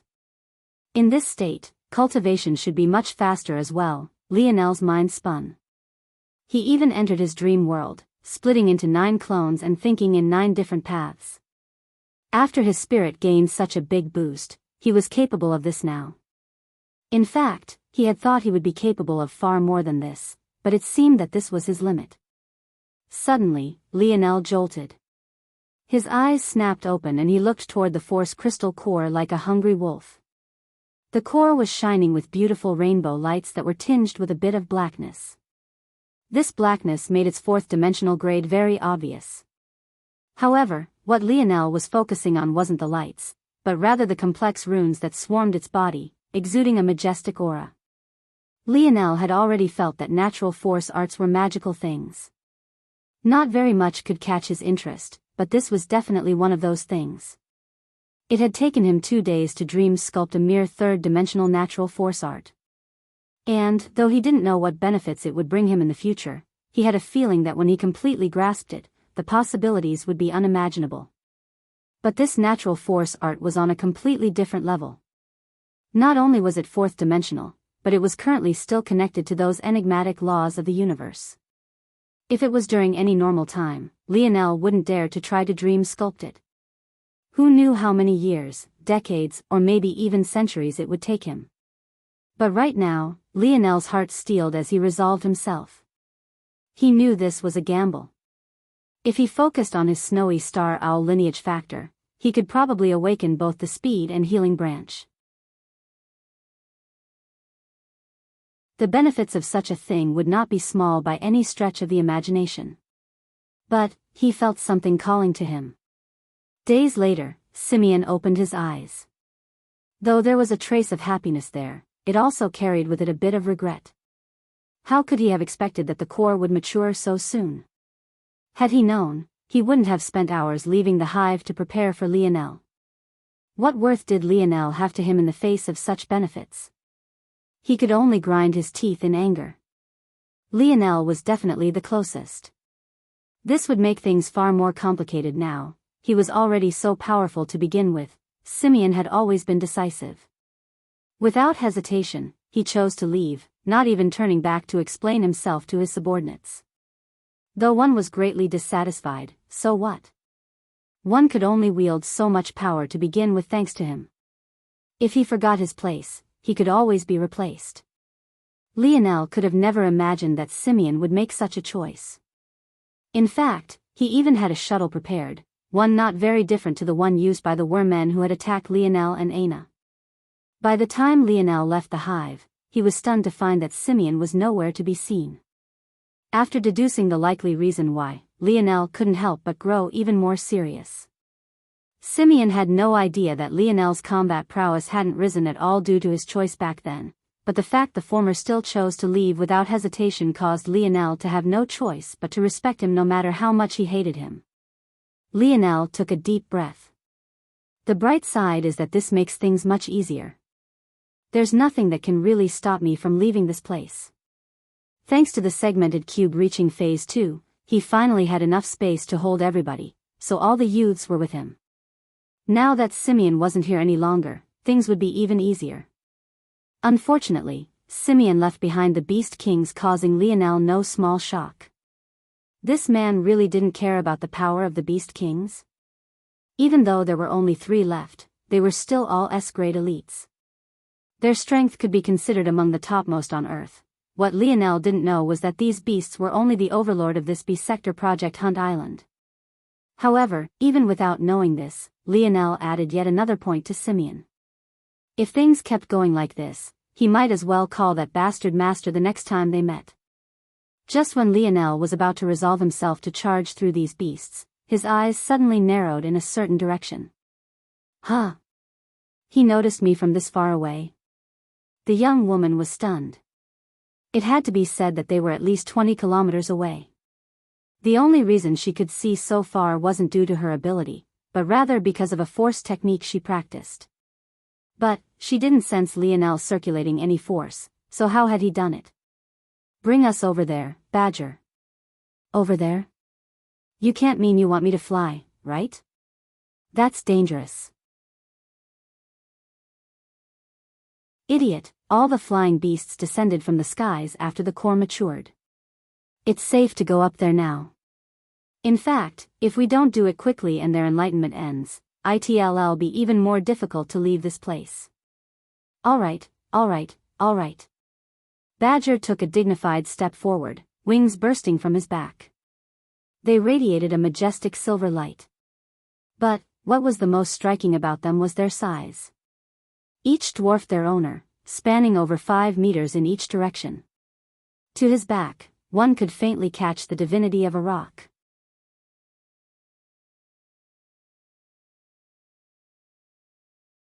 Chapter 205. Lionel observed the young man and woman who landed before him with a slightly curious gaze. From the way they called each other, he knew that the young man went by the name Badger. He had a simple look to him as though he never spared any thoughts toward scheming. His skin was a delicate brown color and his clothing was neat and tidy to the point of being overly meticulous. How he managed to look so fresh even when flying through the air at such blinding speeds was beyond Lionel's comprehension. Compared to his unkempt beard and nest of straws he called hair, this young man was several levels his better. Though, actually, now that he thought about it, his hair had become exceptionally smooth and clean after awakening his metal synergy lineage factor. Not that he checked very closely, though. The woman went by the name Mayfly. She had a tall, heroic build. Even compared to Lionel, she was almost tall enough to be at eye level with him, just barely falling short. She seemed like a born leader with a sharp mind. Her hair was red, which initially made Lionel on guard against her as he assumed she might also be from the Brazinger family. But, after some more observation, he deduced that it was unlikely. The two seemed like quite the pair, especially by the way they had made their way over. Badger actually allowed Mayfly to step on his shoulders as he flew. Lionel really didn't know how to react to such a sight. But, since Badger didn't mind, it wasn't really his place to say anything. You two were sent by Old Hutch. Badger and Mayfly looked quite stunned when they heard these words. Not many dared to call the old man by his nickname, least of all those under his command. The two of them were among the few who felt no fear before the geezer. They were surprised to find that Lionel was just as unreserved. Yes, we were sent for an attempted rescue, but it seems it wasn't necessary. Mayfly said with a slightly confused tinge in her voice. Where are the others? It can't be that. She was a bit worried to ask this question. But, she had no choice. Lionel had come out alone, so she braced herself for the worst. They're all with me. They're in an abode treasure of mine. Once again, the two youths were shocked. But after a moment, they understood. It must be that there were too few of them remaining, so they could all fit in such a treasure. They couldn't fathom the idea of nearly 100 people fitting into just one space. One had to know that spatial treasures were already inconceivably valuable. The higher the dimensional grade, the more valuable they were. This was because spatial treasures of a lower dimensional grade entering a higher dimensional world would destabilize and collapse. If Lionel tried to take his black grade spatial bracelet to a fifth dimensional world, the already small space would break apart and eject everything within it. In severe cases, it might even destroy everything inside before it could eject it. So, one really shouldn't blame the two for assuming the worst. However, the two were soon baffled. After a few hours, the trio managed to battle their way out of the encirclement of beasts. In fact, the only beast king that survived was the skeleton monkey king. Not only were they astonished by Lionel's battle prowess, but when they returned to the ships docked offshore, they were even more stunned as they watched Lionel bring out over 80 youths from his abode treasure. Such a treasure really existed. They could hardly believe it. At that moment, the commanders of both the southern and eastern lookouts listened to the stories of the youths. When they learned just how much they owed their survival to Lionel, they couldn't help but look toward the young man with fond gazes. Indomitable, this time you were too reckless. You can't just expose your face like this. Violet Rain reprimanded Lionel harshly. But, somehow, she sounded more like a big sister admonishing her little brother. Plus, she couldn't wipe the smile off her face, so her attempts at looking stern fell flat. She couldn't hide her happiness at all. She had been so worried about these kids. It couldn't be said that things were perfect. Of the 87 youths sent, only 81 returned. Lionel wasn't a superhuman. Though he protected the youths to the best of his abilities when they charged toward the hive, there were some inevitable losses. But, even this was already far beyond what the commanders expected. Even just half surviving would have been a miracle to them. All right. That's enough, Violet Rain. A hearty laughter came from the side of the Eastern Lookout commanders. It seemed that unlike how the youths had rivalries, the commanders of the various lookouts weren't like this at all. The laughter came from a jovial-looking man with a massive gut. Somehow, despite his apparently unhealthy weight, he looked quite fit, though his bald head was especially eye-catching. He went by the alias Big Buddha. On behalf of the Eastern Lookout, I really thank you, Indomitable. If it wasn't for you, I really worry how this would have ended. Lionel smiled, feeling the goodwill of this man. The atmosphere was jovial as everyone felt as though a big weight had been taken off of their shoulders. Maybe the only person who had a dissatisfied expression was Pisces. Even King of Seas carried the happiness of a man who had just survived a near-death experience. After Lionel snubbed Pisces, he wasn't nearly as standoffish with him. In fact, he quite appreciated Lionel. Humans were truly odd creatures. Everyone seemed to understand why Pisces was brooding, so no one bothered her so as not to affect the happy atmosphere. Eventually, it was time to go their separate ways. Big Buddha's laughter sounded out again as he bid his farewells. "I'll see you soon, big sis Violet Rain." The opening of the zone isn't too far away. I'll be leading these brats when the time comes. Violet Rain smiled and waved them off. The two ships that had been attached by a bridge slowly separated, wading through the piles of corpses on the ocean's surface to sail toward their destinations. Pisces sent hateful glares toward Lionel, but the latter didn't seem to notice. Not only had she not received the S-grade beast crystal, but she also knew that she hadn't qualified to enter the SS-grade zone. According to the tallies, it was Lionel, Flowing Wind and Thunderous Clap who ranked first, second and third respectively. She didn't know what to do with her belly full of hatred. She wasn't strong enough to oppose Lionel. And, with how much he had contributed to the Slayer Legion, he would probably be promoted to at least a vice-commander. She stood on the ship's helm, shaking her head. Maybe she should just forget it. At that moment, she heard Big Buddha's jovial laughter again. Initially, it annoyed her. Why was everyone acting so happy when she was so unhappy? Suddenly she froze. After a moment of thought, a smile curled her lips. Commander Buddha, can I talk to you for a moment? I have some questions about a force technique I'd like to ask you. Oh. Big Buddha, who had been conversing with the other commanders, smiled gently. He didn't mind guiding the younger generation at all. Sure. We have a lot of time before we reach the lookout. Pisces' actions didn't raise any sort of suspicion. Such a thing was quite normal. However, when she began to speak, Big Buddha's expression continuously changed before it became exceptionally solemn. Are you certain? You're saying that it can deduce the abilities of people and creatures, not to mention their weaknesses, with a single scan? Yes, Commander. It isn't only me who saw this, there are many witnesses, you can ask anyone. Big Buddha fell into silence. He felt exceptionally conflicted. On one hand, he didn't like what Pisces was implying by telling him this information. But, on the other, such a treasure was unheard of. So unheard of, in fact, that even though he hadn't shown any greed toward Lionel's rare abode treasure, the moment Pisces spoke of this, it was too valuable to the Slayer Legion. The value of such a treasure was unimaginable, but this wasn't the only important point. It was said that the first 4 to clear a zone received special rewards.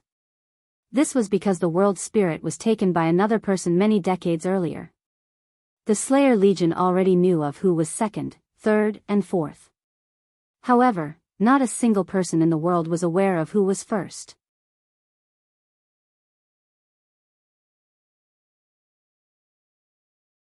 Chapter 206. A week came and went in the blink of an eye. The SS grade zone found by the Slayer Legion was under strict protection. While the clearing of zones was important to the evolution of Earth, they also provided boundless prospects. The rewards for clearing such a zone was beyond the imaginations of most. In truth, one shouldn't take Lionel as the standard. To most, C-grade treasures were a luxury. They were already enough for many to fight over. The only reason the base weapon given by the Slayer Legion during the gathering was of the C-grade was because the promising youths were also considered elites among elites. Above that, B-grade treasures were practically national blessings, while grade treasures and above were enough to start fights over.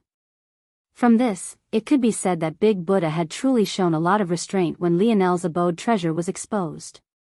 Knowing all of this, one could imagine the kind of uproar an SS-grade treasure could cause. The fact that this was a subdimensional zone with a 12 entry limit meant that at a minimum, 12 treasures were available for the taking. Even to the Slayer Legion, this was a great level of wealth. The location was yet another island. The zone itself stood quite beautiful, radiating dark blue lights as it swirled silently amidst a large clearing. It could easily be told that this clearing hadn't been here in the past. In all likelihood, when the zone appeared, it had ripped out several trees in the surroundings. But now, it had a calmness that said it wouldn't harm even a fly, though no one would be naive enough to believe such a thing. The Slayer Legion had long since erected a network of force disruption towers in the vicinity. Like this, the appearance of this zone didn't cause another beast horde and allowed the island to remain peaceful. At that moment, the entry candidates for the Slayer Legion were undergoing final checkups. Lionel could only sigh as his treasures were taken inventory of one after another. It really felt like he had never left the Empire. He wouldn't be surprised if the Slayer Legion tried to buy his rewards after he exited as well. Whatever, it doesn't matter. It was they who found the zone, so I guess it's fine if they take some benefits. All I want is the teleportation ticket to terrain. If they dare to take this away, I wouldn't mind falling out with the Slayer Legion. Though Lionel would feel a bit bad for old Hutch, he hadn't known the old man for long, nor had the old man ever really done anything for him. In fact, it was the old man who owed him for kidnapping him all those weeks ago. It wasn't his fault if the Slayer Legion thought of him as one of their own. He had said multiple times that he had no intentions of joining. If they really tried to think that they could just order him around as they pleased, they would be in for a rude awakening. Alright, I'm sure you all know about the rules. The Slayer Legion has a list of treasure types it's especially in need of. As long as you can claim one of these treasures for the Legion, you will be awarded the aforementioned merit points. Violet Rain and Big Buddha will be the leaders of this mission. Their commands are undeniable. Should they disagree, the decision will be left to a majority vote. Should anything happen to the both of them, commanding rights will fall to Badger, Mayfly, Mountain, and Sea Eel. The same rules apply to them as well. Lionel sent a casual glance toward Mountain and Sea Eel. It seemed that their standing within the Slayer Legion didn't lose out to Badger and Mayfly at all, it was just that they were from the Eastern Lookout instead and as such, were under the jurisdiction of Supreme Monet rather than Supreme Hutch.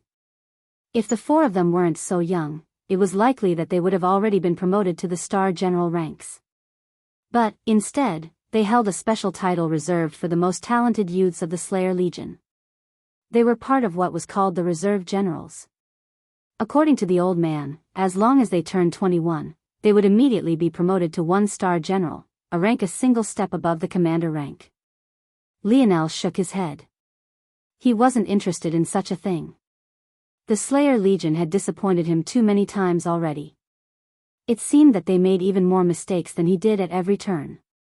So, even though he found out that their true talents were hidden away from public view, he hadn't really changed his opinion of them. As things stood now, he didn't have a fond impression of either the Empire or the Slayer Legion. He wasn't sure what to do with these emotions for now, and he was even more uncertain of his future on Earth as a result of these emotions, but he simply chose to ignore them for now. He only had two goals in mind: find Aina and destroy the Royal Blue Fort. He was a simple man who wanted simple things. If others knew he was describing such things as simple, who knew how they would react? Just as Lionel was lost in his thoughts, he sensed a change in the atmosphere.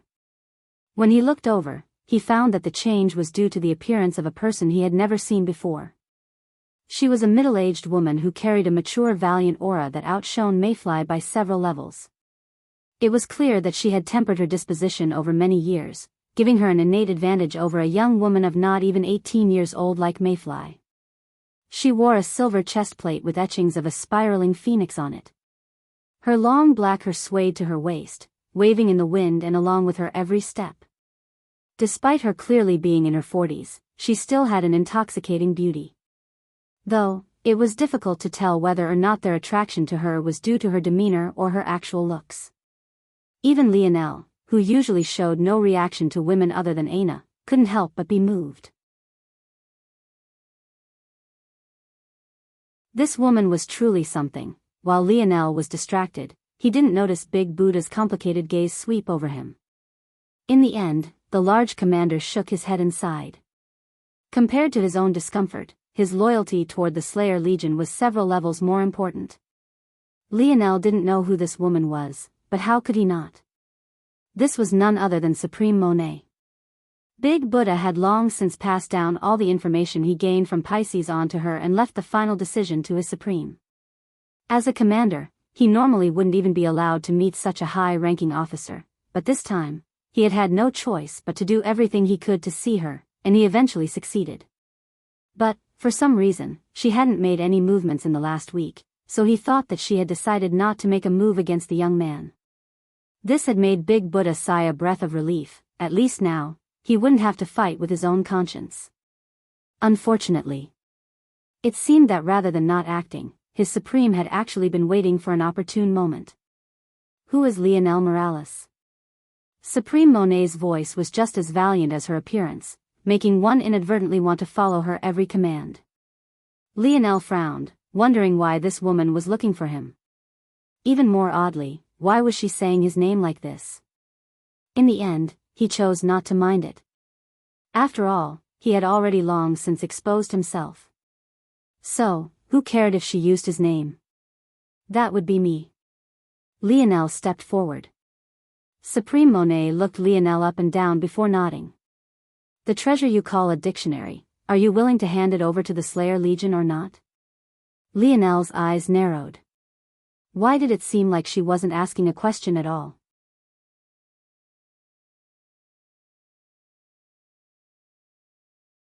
Chapter 207.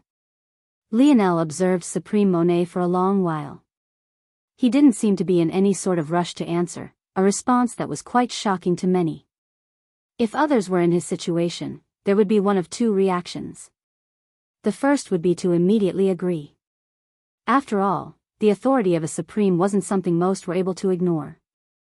The second option would be to explode in anger.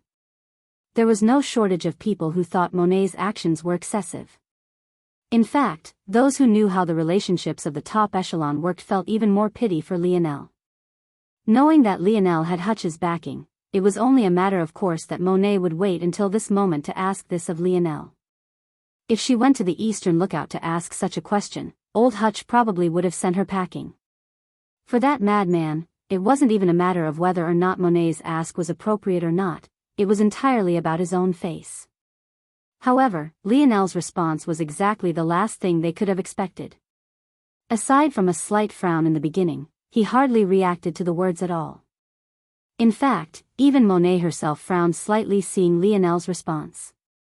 She had been prepared for either of the two obvious responses, but this wasn't something she had been ready for. To make matters worse, it seemed that this young man wasn't intimidated by her gaze or presence. He calmly scanned her up and down as though he was observing any other normal stranger he was meeting for the first time. Eventually, just when the silence was beginning to weigh too heavily on everyone's chest, Lionel finally spoke. "Sorry. The dictionary was left to me by my father. Giving it to another is impossible. I appreciate your asking first, though." There didn't seem to be anything wrong with Lionel's response. Monet asked a question and he responded appropriately. So, why did they feel so embarrassed?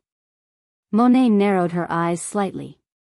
Seeing that the situation was turning bad, Big Buddha, who had guilt eating at his heart this whole time, couldn't help but step forward to try to mediate. "Lionel, Supreme Monet is only thinking about the bigger picture. Your treasure is too valuable. If it fell into the hands of the Empire, it could lead to a catastrophe. But, if it was in our hands, the chance would have to overturn their oppressive rule would skyrocket." At this point, Violet Rain, who had been shocked by the sudden change the situation, suddenly felt she understood something after hearing Big Buddha's words. Once she did, she couldn't help but turn a disappointed glance toward her longtime friend. Lionel swept a glance over Big Buddha. "Oh." Lionel nodded. However, just when Big Buddha and the others wanted to sigh a breath of relief, thinking that Lionel understood, his next words caused them to freeze. "But, I honestly don't see much of a difference between you all and the Empire though. I can't tell that there would be a difference in outcome no matter who gets their hands on it." In the beginning, Big Buddha was shocked by what he was hearing. It wasn't just them, everyone here was shocked. They all saw themselves as a righteous faction fighting for the people. When had someone ever said such words to them? First there was shock, then there was rage. Big Buddha's guilt seemed to completely vanish. At the same time, even Badger and Mayfly, who had had a good impression of Lionel, frowned deeply toward his words. Such a reaction didn't change even when flowing wind and thunderous clap were taken into consideration. This could be expected. These youths were indoctrinated by the Slayer Legion since their birth. And, those who hadn't had parents and relatives who suffered at the hands of the Empire. Lionel's words were like a slap to their faces. However, Lionel felt that he had observed the Slayer Legion for long enough to feel quite confident about his words. He really didn't feel that there was a difference at all. At this point, Lionel didn't really care what happened. The zone was right in front of him. He didn't believe that anyone here could stop him from entering it. It was too close and his power was too great. This wasn't a case of the strong oppressing the weak. Earth's metamorphosis just began. Most people started at the same starting line. Even though Monet was more than double his age, it didn't make a difference.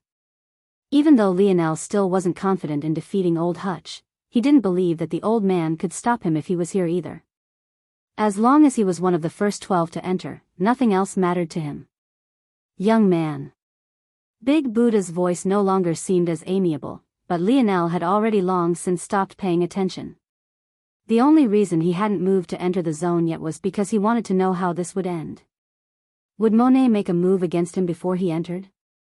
In that case, he would go all out now. But, if she chose to wait, Lionel didn't mind keeping a shred of pretenses intact for a while longer. Lionel Morales, is it? Lionel was speechless. She had already asked his name. Why is it that she was pretending not to know what it was now, as though she already couldn't be bothered to remember? Towards such a woman, Lionel really had nothing to say. He couldn't even be bothered to have a back and forth with these people anymore. From my understanding, you aren't a formal member of our Slayer Legion. I accept your decision, but there also doesn't seem to be an appropriate reason to allow you to enter our zone either. It seemed like Monet wanted to say more, probably an entire spiel on why she was morally correct. However, Lionel wasn't joking around when he decided he really couldn't be bothered to listen anymore. What's her ability? Lionel's voice left them stunned. It became clear in a moment that he really wasn't bothering to listen to their supreme anymore. Ping, generating nomenclature. Evolution stage, Tier 8 Black, Evolution type, Dual Elemental Healing, Evolution, Fire Sense, Fire Manipulation, Fire Aid, Fire Sense, Greater Affinity for Fire Elemental Force. 200% boost in comprehension and power in using water-based force techniques. Fire Manipulation, control over the fire element. Fire Aid, ability to absorb the fire element to regain stamina and heal wounds. When Monet heard these words, her pupils constricted. But, at the same time, she felt a rage bubbling in her heart. For Lionel to cut her off to ask this question, wasn't his intent obvious? At that moment, everyone suddenly went on guard against Lionel. However, it wasn't to the point they worried for their lives. There were too many elites here. If Lionel really wanted to do something, he would only be courting death. It was very possible that he wouldn't even be allowed to leave this place alive. As a supreme, Monet had more than enough rights to kill someone on the spot. However, what left them speechless was that Lionel didn't even stop. As though he didn't have a care in the world, he had the dictionary expose their abilities one after another. Towards such a thing, Lionel was quite helpless. The fact he had to speak aloud to get this information was the worst drawback of the dictionary. Unfortunately, there was no way Monet would allow him to continue on so casually. But, none of them could have expected that even before anyone could make a move, the situation would change once more. Bang! Bang! Bang! Haha. We really have to thank the Slayer Legion this time. Finding an SS grade zone couldn't have been easy.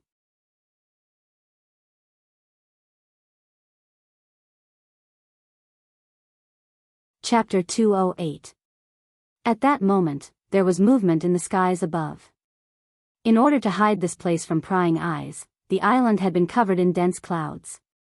In fact, it wasn't just the island, but the surrounding tens of miles as well. With a single glance, even someone who wasn't quite informed could tell that these clouds couldn't have possibly formed naturally. It was obvious to Lionel that this was related to someone's ability. Thanks to this, the island had been shrouded in a perpetual darkness even though it was midday. Maybe it was in part due to this that the atmosphere from earlier felt so oppressive. That said, the clouds served no other purpose aside from concealment. They didn't seem to have any offensive or defensive ability, so when the uninvited guests descended from above in a silver ship, the clouds were completely unable to stop their descent. The clouds moved aside and quickly reformed, revealing a small boat of about 5 meters in length. Its deck carried 6 people. The man who had spoken earlier stood at the helm and looked to be about the same age as Monet. However, to his back, there were 5 youths no older than Lionel or Mayfly. Seeing these people appear, an ugly expression took hold of Monet's once calm visage. It was very obvious that she knew who these people were. You. Suddenly, Monet sent a rage-fueled gaze toward Lionel, leaving him speechless once again. He also didn't know who the hell these people were. Why was he being looked at like it was his fault they had appeared? However, after a while, Lionel sneered inwardly. To Monet, it didn't matter if he was responsible or not. All she had to do was pretend like he was. In such a way, she had even more reason to apprehend him. In fact, before, it could be said that her actions were still questionable. But now, even old Hutch wouldn't be able to say anything. What a conniving woman. However, Lionel still didn't have much of a reaction to this. His mind was running through several calculations. To him, the appearance of a third party was actually an excellent turn of events. There was, of course, a small chance that this could make things worse for him. This was in the case the two opposing parties decided to work together. But, judging by the situation, that seemed unlikely. There's no need to react this way, Monet. We can do this the easy way. Just give up 6 entry slots and everything will be fine. If not, we can always do things the hard way. In truth, the man who stood at the helm of the silver boat hadn't expected a supreme to be here today. He had come as a precautionary measure so that these youths didn't lose their lives. Plus, with him here, bullying those commander rank folks below would be as easy as breathing. If it wasn't for the fact she had suddenly shown up, he wouldn't even bother to speak at all, he would have directly swooped in. In fact, it was an act of giving face that he only brought a total of 6 including himself. This way, the backlash from the Slayer Legion wouldn't be too exaggerated. But, if he had known a supreme would be here, he would have definitely brought more people. Not so that they could enter, but so that they would have a stronger hand for negotiations. What the man could have never expected was that an esteemed supreme would come here for the sake of a boy of not even 20 years of age.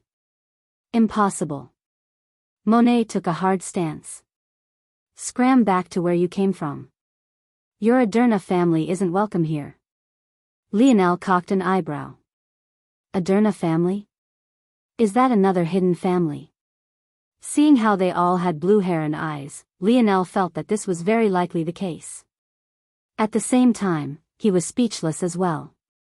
What was with all these families having the same eye and hair colors? It can't be that they were inbreeding, right? Lionel shuddered. I see. It seems that this is the way you want to do thin, shuu.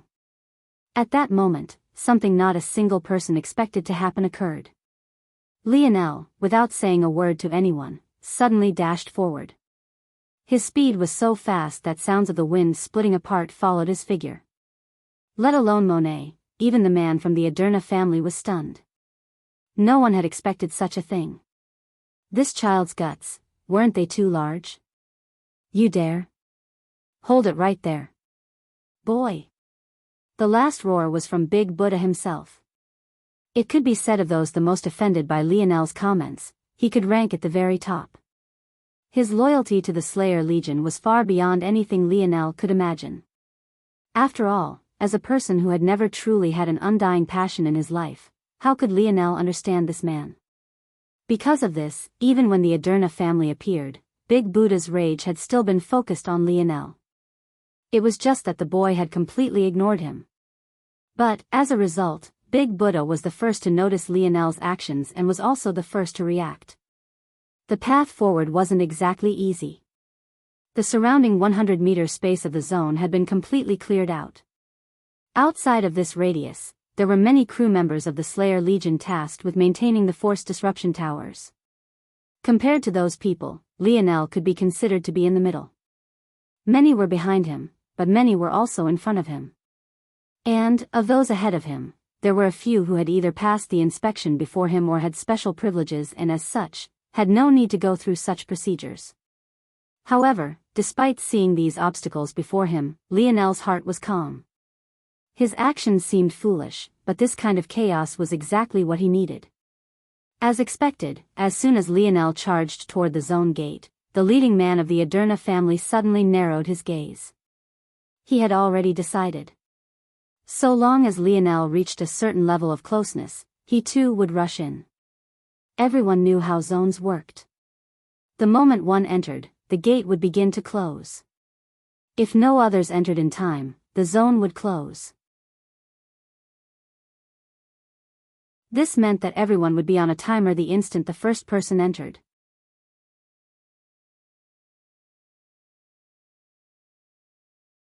Chapter 209. Lionel didn't seem to hear the words of those around him. He continued to charge forward, his blazing speed leaving a trail of gold in his wake. He had already formed his 8th node in the past week. Even though there were force-disrupting towers around, Earth's technology hadn't advanced to the point of being able to block force-strengthening deviations just yet. As a result, who here could match him in speed? Big Buddha was completely enraged after being ignored by Lionel.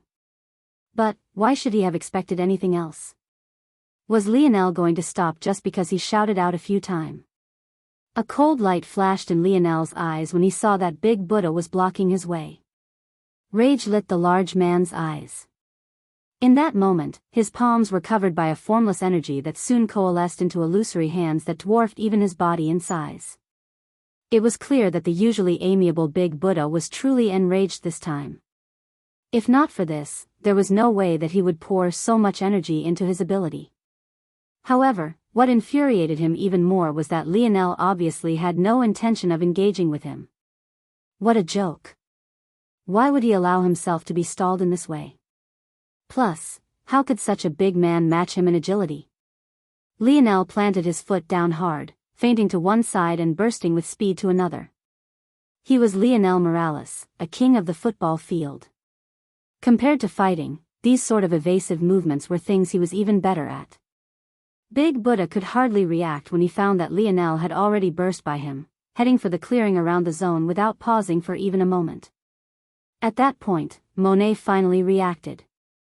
Though she had yelled out initially, it still took her a while to realize that something like this was actually happening. A boy of not even 20 years of age was actually impugning on her authority in such a way. How could she stand for it? However, she was too far from Lionel. She had been speaking to him from on high before. She didn't believe she needed to approach such an ant so closely. So, compared to Big Buddha, she was at least 50 meters away from Lionel. In fact, after he broke out into a run, it was already closer to 100. Stop him by any means.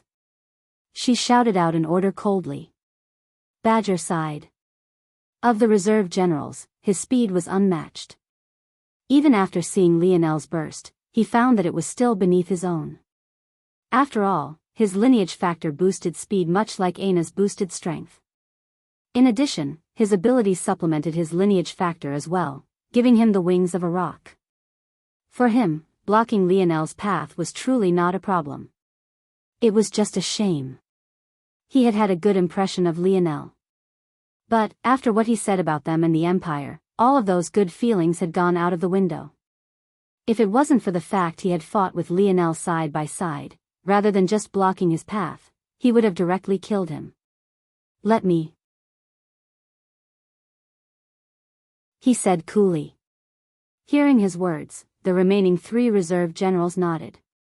They could see that no one else could pause Lionel's steps. As long as he was stalled, this matter would be over. Since Badger had the greatest speed amongst them, it was only natural that he would go. In fact, they even cleared out his general vicinity. Badger fell forward, his legs stomping forth just when it seemed he might hit the ground face first. If one looked closely, it really seemed as though his thigh might burst from his pants at any time. The amount of power in his legs was already inconceivable. But then, his wings appeared. Bang! The grass beneath his feet was completely flattened. In the distance, trees that managed to survive the appearance of the zone swayed wildly, their green leaves being ripped from their branches. Monet smiled lightly, though it seemed to be more of a sneer. Badger was like a streak of silver, his speed crossing 150 kilometers an hour with ease. It seemed that he would catch up with Lionel in just a few breaths. But, that was when Lionel sighed a sigh none of them could hear. Beneath the raging winds, how could they? Too predictable. He mumbled beneath his breath. The speed of the light element wasn't a joke. The only issue was that while Lionel had other attributes and abilities that stunted his speed, Badger was quite literally built to maximize his speed. His bones were as light as that of a bird's. His wings had a massive ratio in comparison to his body. He had also learned several agility force techniques. And, as if that wasn't enough, he had a speed-type lineage factor. Compared to Lionel, who had still yet to awaken the speed branch of his snowy star owl, he was indeed a bit faster. However, how could Lionel not know that? In fact, he had purposely not accelerated with his greatest speed to make sure this would play out in this way. It was too obvious that the one they'd send to stop him would be Badger. And, unfortunately for them, Badger had weaknesses just like Lionel. Lionel kept running as though he believed he could outpace Badger. But, this only made the others grow more confident. In fact, Monet had already begun to move. She only wanted Badger to stall Lionel. As for completely restraining him, it might very well take more than a single person. The other reserve generals seemed to know this as well. So, after they finished clearing out a path for Badger, they too shot forward. In the sky, the leading man of the Aderna family raised an eyebrow. He too felt that Lionel was finished. However, he was a bit unwilling. How could he gain some benefits from this situation? In that case, little Nana, help out our friends a bit. At that time, the youngest of the Aderna family blinked her large watery eyes and took a step forward. She extended a slender finger down below and spoke in a clear, resounding voice. Bind. Lionel suddenly felt a formless pressure surround his body, causing his steps to falter. His expression changed. It felt as though he was trying to run in quicksand. The innocent little girl in the skies blinked her eyes. Lionel had no idea that she was shocked that he could still run at all. She extended her finger again. Double bind. Lionel felt his legs snap together as though a rope had tightened around his ankles. Without suspense, he fell to the ground helplessly. The leading man of the Aderna family laughed. Don't say I've never helped you with anything, Monet. I think this is enough to exchange for 6 places, no? I hear this boy has something quite valuable to you.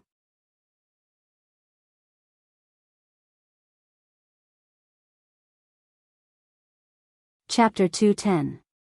Though others were likely making their own assumptions about Lionel's current state of mind, the man himself was incomparably calm as he watched the ground quickly approach him. Falling like this truly wasn't pleasant. Lionel had already calculated that the chance of this happening was quite high. In order to lure Badger in, he lowered his speed. As a result, the Aderna family would obviously think that he would fail. If that happened, there was a 76% chance they would act directly against him as a show of goodwill toward the Slayer Legion, thus making their subsequent asks more palatable.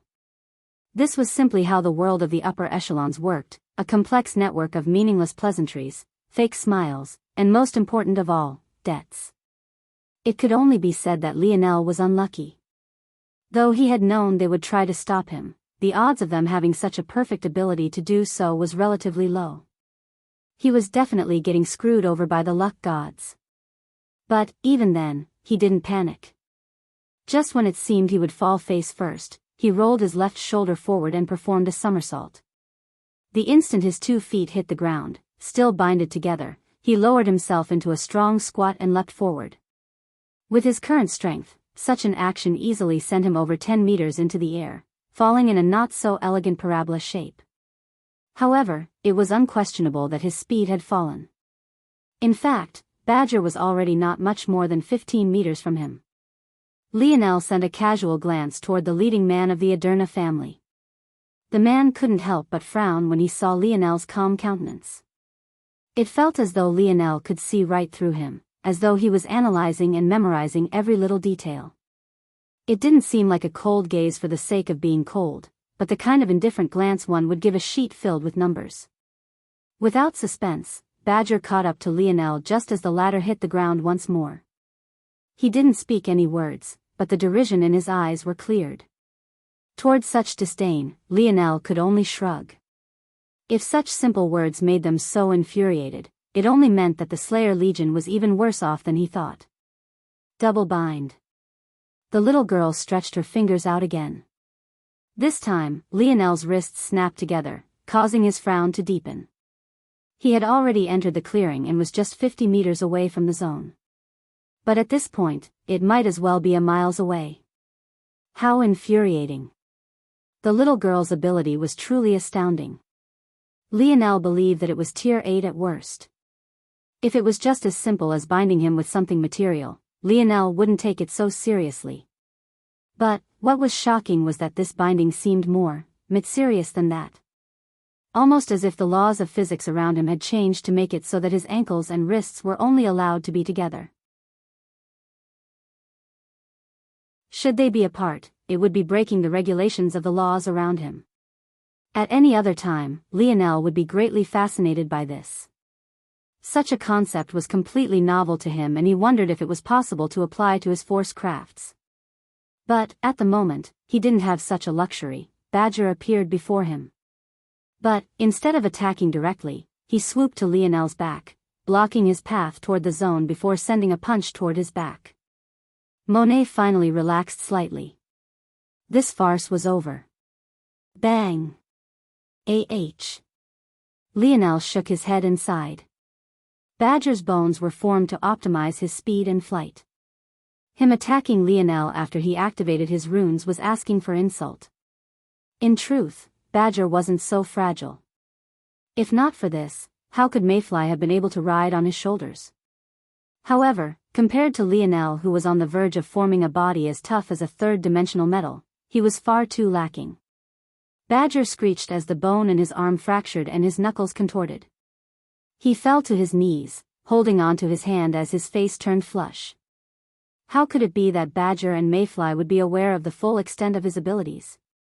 He had grown so powerful that he had no need to show them all of his strength as they escaped the island, not to mention the fact he had the two of them supporting him. This led to their unfortunate underestimation of him. So that's how it is, Lionel finally understood. That little girl's ability was almost like a natural force art. She was imposing laws on him. It was no wonder this feeling felt somewhat similar to when he was observing the Force Crystal Core. What a fearsome ability. But, Lionel knew that no ability was infallible. The way that little girl always pointed at him before her ability took effect. Was it just the quirks of a child? Or was there another reason? Lionel didn't believe that it had something to do with her finger. He couldn't sense anything particularly special about her movement. However, what other reasons could she have to point like that? Sight? Lionel's eyes narrowed. Everyone was closing in on him. After seeing what happened to Badger, they all redoubled their efforts. It would be longer than maybe 5 seconds before they were all able to surround him. But, Lionel suddenly smiled. With a flash, a ring on his finger glowed and the ground beneath his feet suddenly became like a pool of mud. He hadn't even sunk into his knees when he suddenly felt the restrictions around his ankles vanish. Lionel's smile widened. There was no need to keep his ring a secret. It had already been reported as one of the reasons he was able to save so many youths from the Project Hunt Island. In that case, why not use it now? A blinding light surrounded Lionel's body. He released his light elemental force without reserve as though he didn't care about the expenditure. But, it was effective. The little girl was completely unable to see him clearly, causing his binding to weaken and then break. Lionel jumped out from the pool of mud and grabbed at one of Badger's massive wings. The latter was in so much pain that he hardly reacted, having thought he had completed his task, only to find himself flying through the air toward a group rushing toward Lionel. Badger was ultimately still a reserve general and regained his bearing quickly. He snorted in his mind, completely deriding Lionel. It was his arm that was hurt, not his wings. He wouldn't even hit these people, so what was the point of doing such a thing? Badger's wings fanned outward and he flapped hard, stopping his forward momentum. But, it was at that moment his expression changed. Thanks. Lionel said simply. The wind caused by Badger's movement sent an obstructive wall toward Lionel's pursuers. By the time they stopped themselves from tumbling backward, Lionel had already entered a 20-meter range of the zone. Stop right there. Are you going to make an enemy out of the whole Slayer Legion? Monet roared. Lionel chuckled in his mind. He had already made an enemy of the whole Empire, why would he care about the Slayer Legion? Don't worry, I'll apprehend him. the leading man of the Aderna family said shamelessly as he swerved his silver boat toward the zone. Matthias, don't you dare. Why are you getting so worked up? I'm only trying to help. Monet was fuming, but Lionel had already leapt into the swirling portal. Surprisingly, at this very moment, Monet became frighteningly calm. Mayfly, Big Buddha, Violet Rain, and Mountain. Follow me. The rest of you stay put. Haha. That's the way. The Aderna family man roared with laughter.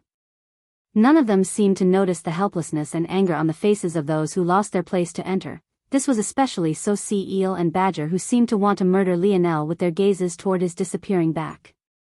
Badger clutched his only good remaining hand, flames bursting in his eyes.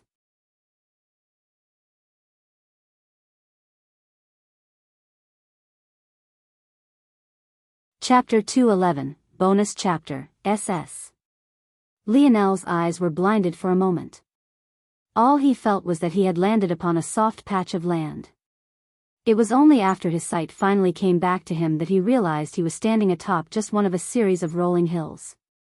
There didn't seem to be anything particularly special about this place other than the fact the air felt particularly fresh in an earthy kind of way. The Earth of Lionel's time had already put a lot of resources into developing clean energy and had saved the planet long ago. But, its air still felt somewhat artificial compared to this place. Lionel found it hard to explain, but he could only say that the air of his Earth felt almost too clean while this place carried just the right amount of impurity. It made people feel at ease. Not long after Lionel regained his bearings, a silver boat appeared in the skies. And, not long after that, Monet rushed in with Mayfly, Violet Rain, Big Buddha and Mountain.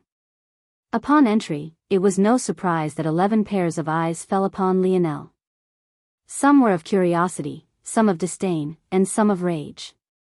The rage and disdain was mostly seen on the Slayer Legion side, while the curiosity came from the Aderna side. Though, the latter seemed to carry a hint of disdain as well. This only made sense. After all, Lionel was the only one here without a supporting cast. He was all alone and seen as an easy target. They all knew the rules of this place. The rewards of a zone were already set in stone in terms of their quantity. In that case, if they killed Lionel, it meant that there would be one more set of rewards for them. At this point, Lionel was also feeling a bit tired. It had taken quite a bit of effort to obscure the little girl's vision with his light elemental force. He hadn't thought that such a simple action would take so much out of him. He would definitely have to interrogate the dictionary about a better method. Still, he wasn't feeling anxious. Actually, he smiled toward the little girl. You sure caused me a lot of trouble. There didn't seem to be any anger in his voice. He sounded like a big brother speaking to his little sister. In fact, he wasn't angry at all. He found it difficult to be angry at such an adorable little girl. She couldn't have been more than 13 or 14 years old.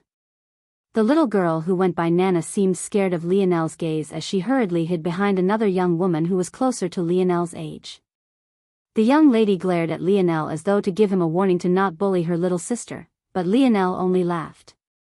He had always been an only child, but seeing such a scene, he felt that having such an adorable little sister wouldn't be so bad.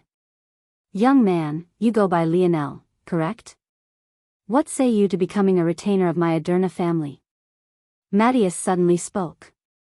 He had seen Lionel's strength. Plus, from what he overheard from Monet's conversation with him, Monet, who had just been planning a move on Lionel, suddenly paused, her brows furrowing slightly. They were already outnumbered by 1. If Lionel joined them, it would be by 2. She had already been forced to enter due to the appearance of Matthias. If she didn't, their side wouldn't have anyone who could stand up to him. It could be said that this training experience they set aside for the youths was completely ruined now. Monet sent a glare toward Lionel as though warning him of the consequences of accepting. It was very likely that the Aderna family would just snatch his treasure and not mind him at all. Lionel laughed lightly. How could he not know of what Matthias was thinking? However, instead of directly refusing, he suddenly thought of something. Oh. Are you sure you want to accept me? Matthias raised an eyebrow. After a moment, he understood. Don't worry, there are no irreconcilable differences between you and the Slayer Legion. In fact, Monet's actions could be considered a senior bullying a junior. You have every right to leave. Monet's expression darkened while those who followed her and seemed somewhat embarrassed. They had been so enraged by Lionel's comments that it seemed they forgot they were the ones initially in the wrong. However, Lionel shook his head to these words. This isn't what I meant. Lionel said with a light smile. I'm already aware of certain things. Old Hutch has a decent impression of me. If I inform him of what happened, dealing with this really wouldn't be much of a problem. What I mean to say is that I once almost destroyed a fort of the Empire. Are you still certain you want to take me in? Matthias' expression changed. It wasn't just him, but Monet's as well as everyone else. Monet frowned. Was there such a thing?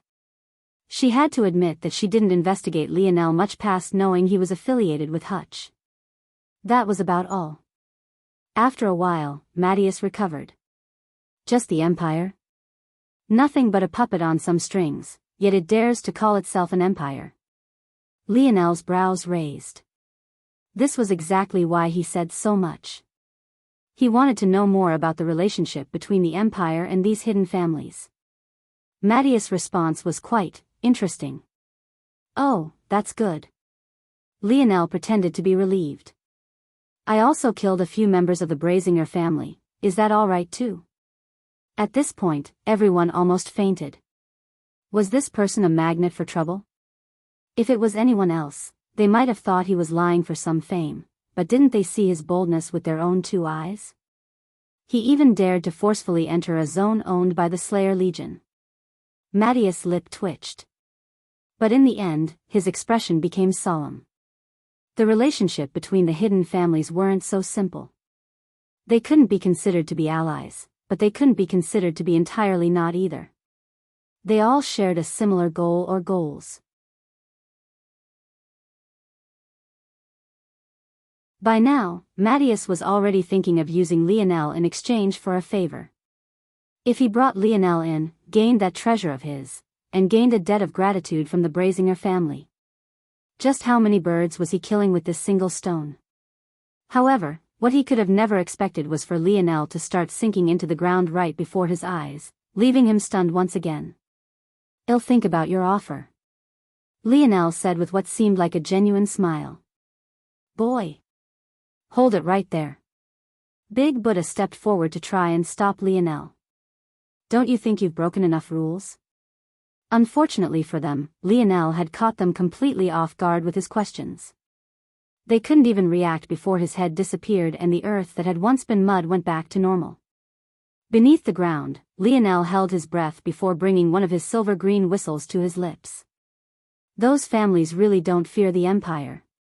And what was that about puppet on a string? And that flash in his eyes when I mentioned the Brazinger family. It seems that their relationship isn't simple either. Lionel shook his head. It was about time he found out just what this place was. Ping. Subdimensional zone detected. Merlin's prophecy.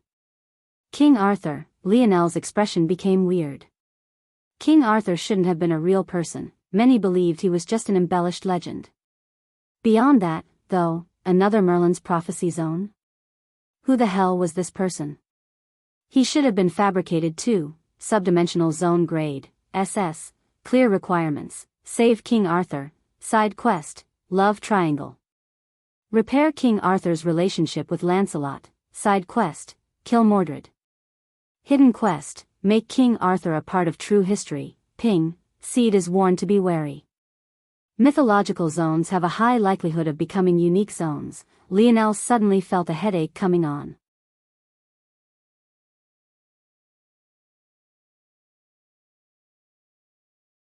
Chapter 212. Lionel took a deep breath. He had thought that having the 99% accuracy of his father's dictionary would make things a breeze. At least then, he wouldn't have to worry about screwing himself over by accidentally failing the mission requirements.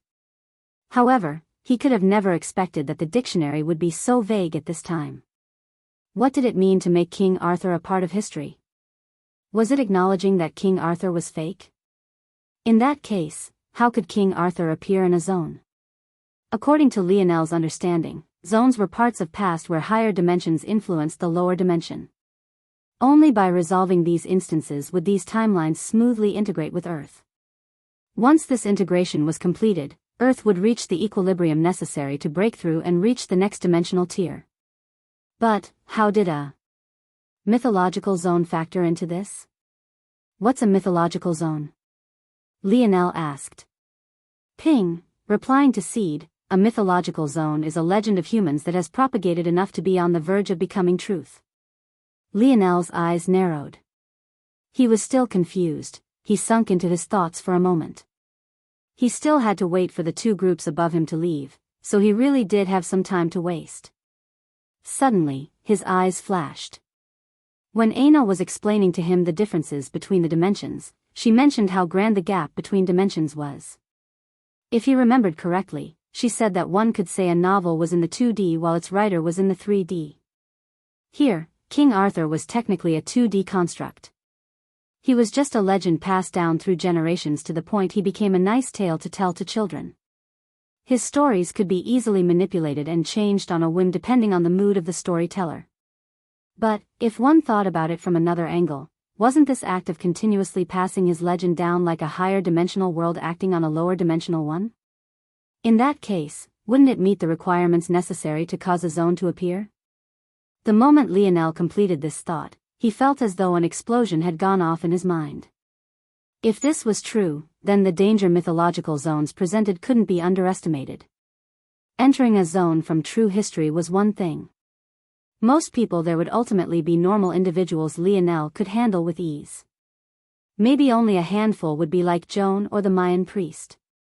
But in a world like this, the number of enemies that could threaten his life wouldn't be few. Lionel sucked in a cold breath. Such a world had a high chance of becoming a unique zone according to the dictionary. Maybe this time, Lionel would be able to find out just what truly happened in the Joan zone. Who were those people? What had Joan's purpose been? None of her actions had seemed to make any at all. Uncle Montez had also said back then that Joan's zone had almost become a unique zone as well. In fact, it was right on the verge. There were too many questions Lionel had had no choice but to ignore until now. After a while, Lionel calmed, his eyes becoming deathly still. Then, he released his internal sight in full force, his calculative mind rushing into overdrive.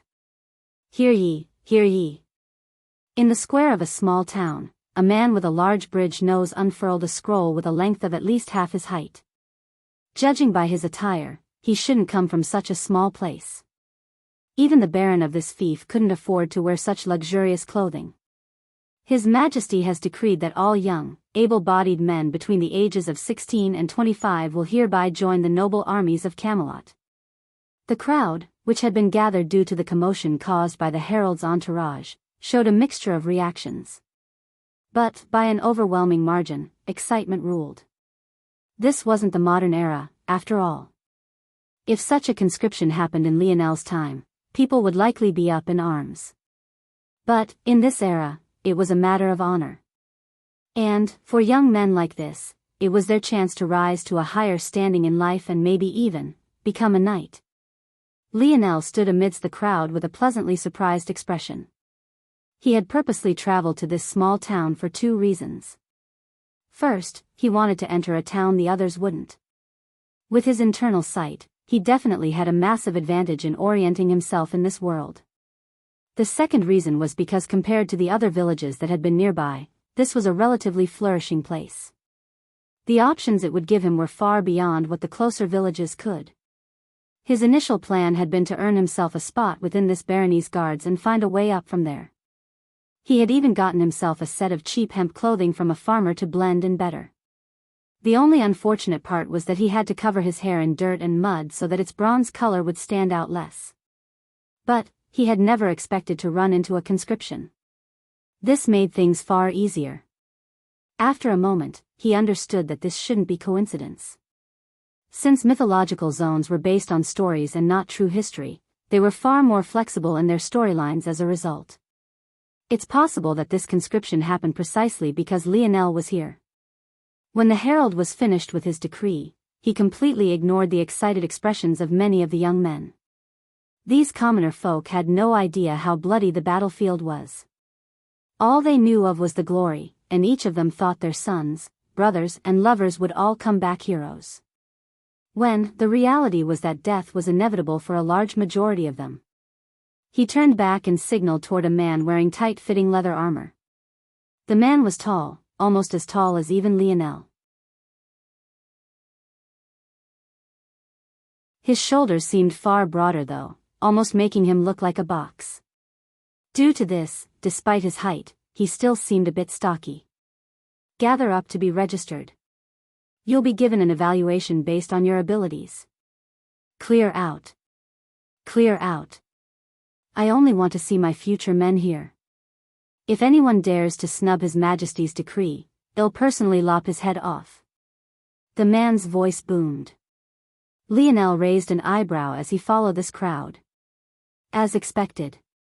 This was just a low-ranking officer, but his stats already averaged 0.70. This was already better than Lionel when he first awakened.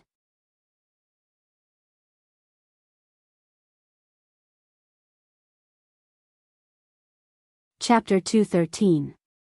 It wasn't long before it was Lionel's turn to be evaluated. He stood before the stocky man who he now knew went by the name of Heckle, a name that was maybe all too apropos for his outrageously loud voice. Not bad, not bad. Your build is good. The man repeatedly nodded. It seemed it was quite rare for him to see people as tall as Lionel, so he was quite satisfied. Attack me with everything you have. The longer you last, the better your evaluation will be. Lionel's expression became slightly weird. If he really used everything he had, this man would end up as a cripple. And that would be the best outcome. I can't use my full power. If I stand out too much, they'll wonder why it was no one in this town knew me. Just enough to beat him should be fine. This town barely had a population of 1,000. If there were any outstanding people, they should have appeared long ago. So, Lionel's choice was the wisest. Of course, he had every intention of standing out more later on. Lionel took a step forward and threw out a punch. Heckle was startled. This punch was even faintly better than something he could throw. He knew that Lionel would be good, but he didn't expect him to be this good. However, when he saw the slight clumsiness in Lionel's actions, he sighed a slight breath of relief. This sort of clumsiness couldn't be faked. It seemed that despite his stature, this young man wasn't very experienced in battle. Lionel really wasn't faking this. It could be said that all his battle prowess came from copying the spear consciousnesses. He didn't have much experience boxing, so his form was a little off and uncoordinated. But this was to his benefit. Like this, he could show off his potential while also not raising suspicion. Despite the power in his punch, Heckle easily evaded, countering with a strong uppercut. Using his smaller height and Lionel's inexperience to his benefit, he closed the distance with a step. Lionel was inwardly shocked. He could easily see through Heckle's movements, and even dodging was a simple matter for him. But that was only if he relied on his true stats. If he kept suppressing himself, he might even lose a few teeth. Just when he felt he might just have to eat the punch, Heckle's fist came to a stop. Sorry. I got a bit too excited, hee. Heckle took a step back. He realized at that moment that he accidentally made Lionel's test more difficult than the others.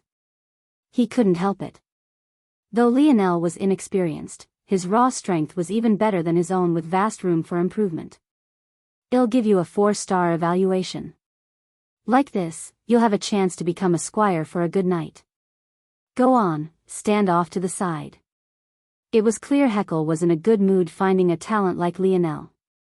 Lionel expressed his thanks with a smile, pretending to be a bit shaken before recovering. According to Heckle, a 1-star evaluation was only enough to join infantry. 3-star was the threshold to be able to be nurtured as a leader of men. 4-star and 5 stars were able to gain special nurturing, most of them became the squires of knights. 5-star evaluations could gain a spot next to some of the best knights in Camelot. Though those knights were still short of the legendary 12 Knights of the Round Table, they were only a step below. Lionel was satisfied with this evaluation. Other than a handful of 3-star evaluations of those from the Baron's house, there were no others even close to him. The young men from the barony frowned hearing Hekel's words. This commoner gained a 4-star evaluation, but they only received 3 stars. However, did they dare to say anything in opposition? Hekel had beaten them all with absolute ease. It was likely that he was the strongest person in their town currently. What could they even do to him? In the end, they could only send glares toward Lionel, showing disdain toward his dirty appearance. Toward such a thing, Lionel could only sigh. He knew that it would only get worse from here on out. Even though this zone was based on a legend, he knew that the world of knights was filled with nobles. If even 3-star talents dared to send such looks toward him, it could be imagined what 4-star and 5-star talent nobles would say and do. Whatever, let's just finish this zone off as quickly as possible. A few tens of miles from Lionel's location, the others were undergoing similar experiences.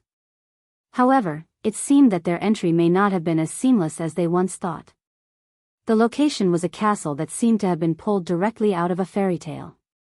It was a land of complete blackness to the point even the grass that coated the land reflected like obsidian beneath the moonlight. Amidst this darkness, there was a mountain with peaks so sharp it might have been possible to mistake them for large spears piercing toward the skies. Blended in with this mountain range was a castle of black that carried the same jagged sharpness. Within this castle, seated on a throne that carried just as much darkness, there was a woman. Her skin was so pale that one could almost see right through it. Her hair was so black that it was difficult to tell where it stopped and her throne began. Her dress was the same, but the cups that held up her breasts seemed to be carved out from white bone. I sense 12 stars of fate. She suddenly mumbled, her cherry lips parting and closing in an alluring manner. The woman awoke, her irises radiating a deep blackness. However, there was a hint of confusion in her eye. According to the prophecy, there would be 12 stars of fate that could decide the path this world would take. She had always thought that those 12 were the Knights of the Round Table, so why was it that she suddenly sensed auras of fate that had nothing to do with them? Interesting. At that moment, the sound of footsteps entered the woman's ears as she lazily lied on her throne. Lord Modred. There's someone who wants to see you. This servant tried to stop them, but Lionel would probably be rendered speechless once again at this point. Wasn't Modred a man? It can't be that this zone was taking anime a bit too seriously as well, right?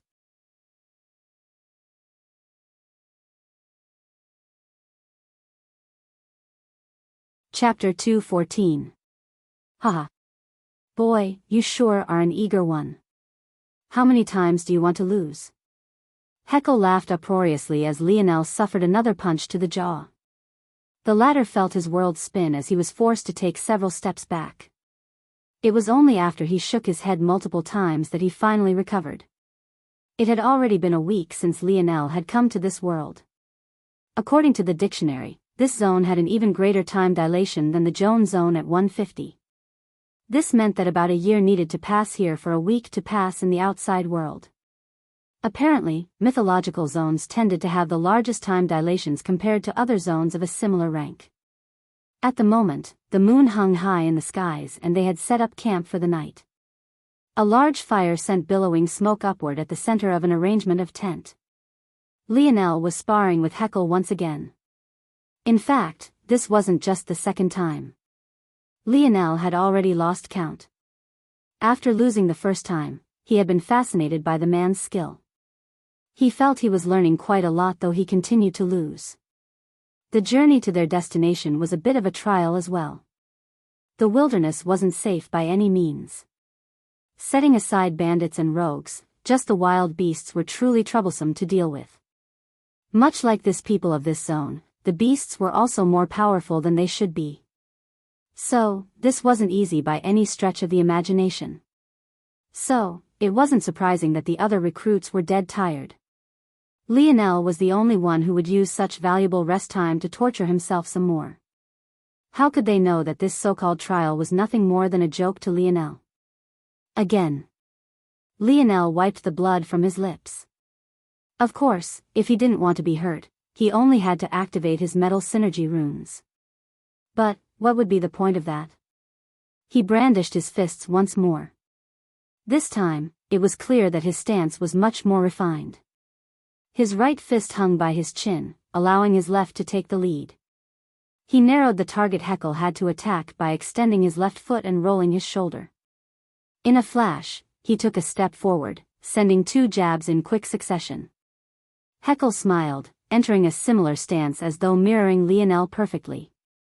It was rare to find someone so interested in his boxing style. Usually, these brats only wanted to pick up a sword or spear as quickly as possible. Of course, he had no idea that Lionel was less interested in the style itself and more so just wanted to win. He found trying to defeat Heckle while keeping a cap on his stats was nearly impossible. It was likely that he could grasp the technique much faster if he used his Dream World and Dream Clone ability. But, he was spending all his time at night calculating for the formation of his 9th and 10th node. He wouldn't spend it on this. However, he was still making progress. Heckle used his footwork to dip just outside the range of Lionel's jabs. He followed up quickly, wanting to take advantage of Lionel overextending himself to wrap around his side. But, Lionel had learned quite a lot in the past few days. Instead of retreating, he stepped forward as Heckle tried to sweep to his left side. With a single pivot of his hips, he and Heckle faced each other once more. Ho ho. Heckle grinned. It seems your footwork got a bit better. That's right, always stay square to your opponent. Lionel and Heckle's match became a spar of movement. Around the fire, the jeers of the other soldiers could be heard. Captain, the kid's gonna beat you this time. Haha. I'm never gonna let you live this one down. Heckle grinned hearing his men, not minding as all. He felt quite gratified seeing Lionel's progress.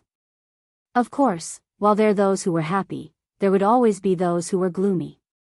The youths of the town barony had gotten tired of hearing praise for Lionel over these few days. But, they still had to admit they were no match for him. His performance during their daily marches was more than enough to prove this without a shred of doubt. Oof, Lionel suffered a fist to his chest and fell to the ground, feeling that the air had been knocked out of him once again.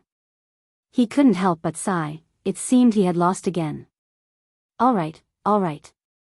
That's enough for tonight, pretty boy brat. If go any longer, you really might win one. My old bones can't take this. Lionel was quite helpless toward this nickname. He had managed to use an ink sac from the octopus beast's body to dye his hair a deep black. Plus, with his new leather armor, he looked every bit the part of a promising squire. The only shame was that his hair seemed to reject the ink. So, he had to reapply it every day. Luckily, with how massive the octopus had been, he wouldn't run out even after a decade passed. Lionel smiled lightly. Thanks for the help, Captain Heckle. Humph, just a useless skill. The barony youths looked on gloomily. The next week passed by swiftly. On that day, around noon, they finally saw massive castle walls in the distance. In fact, with his sight, Lionel could see 5 sets of walls, each getting progressively taller until they all pointed toward a majestic castle that seemed carved of jade. Lionel had never read about such a grand city. From what he could see, it was at least 50 kilometers from end to end, and that was just what was within the walls. As for the cultured lands around it, it was several times that. Heckle didn't lead them to the gates. It seemed that they still didn't have the right to do such a thing. Instead, they were taken to a place connected by dusty roads. These roads all led to an open space where numerous captains just like Heckle had their youths standing around them. Everyone's attention seemed focused on a large tent up ahead. Lionel's ear twitched as he heard the clanking of metal.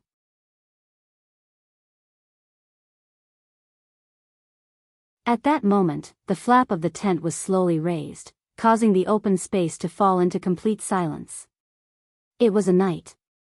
The excitement in the hearts of the youths ratcheted up several levels. It was as though they were all meeting their idol. The knight swept an indifferent glance over them all. Those who've been selected to join the Mage Academy, stand to this side. Those 1, 2, and 3-star talents, go over there. 4 and 5-star talents, gather before me now. Numerous haughty and prideful youths puffed their chests out as they moved to stand before the knight, their eyes sparkling. Go on. Heckle gave Lionel a slap to the back. Do us proud. Lionel smiled lightly and moved forward as well. Numerous gazes swept over him, including those of the 4 and 5-star youths. However, when they noticed his standard-issue leather armor, a hint of contempt could be seen in their eyes. Lionel could only ignore such things. However, when the knight spoke once again, the youths no longer had the time to send disdainful glances toward him. There are 57 of you? What bullshit. Do you captains think that 4 and 5-star talents are really so cheap? The knight roared. He didn't like the idea of going out to find talents like this in the first place. What talents couldn't they find right here in Camelot? To make it worse, relying on mere captains to make this judgment was even more ridiculous. A sharp force flooded out from the body of the knight, causing many of the youths before him to grow weak at the knees. Though Lionel didn't know it, many of them had bribed their captains with wealth in order to gain such evaluations. How could they not be horrified? So, in certain respects, the knight was correct to react in this way. His force jetted out, drawing a massive circle of 100 meters in diameter. The cold sweat on the youths grew. In that moment, they felt as though if even a hair of that force hit them, they would die without knowing what happened. Since you think this is all a joke, you all can battle to the death. None of you are allowed to leave this circle until only 4 remain. Should any of you try to flee from this circle or are kicked out of it before this happens, you'll die beneath my blade. A bloody, murderous intent soared into the skies. It was only now these youths who were just feeling proud of themselves realized that becoming a knight wouldn't be so simple. As for those who bribed their way to this position, they were even more shaken. What clowns were they? Paying to die?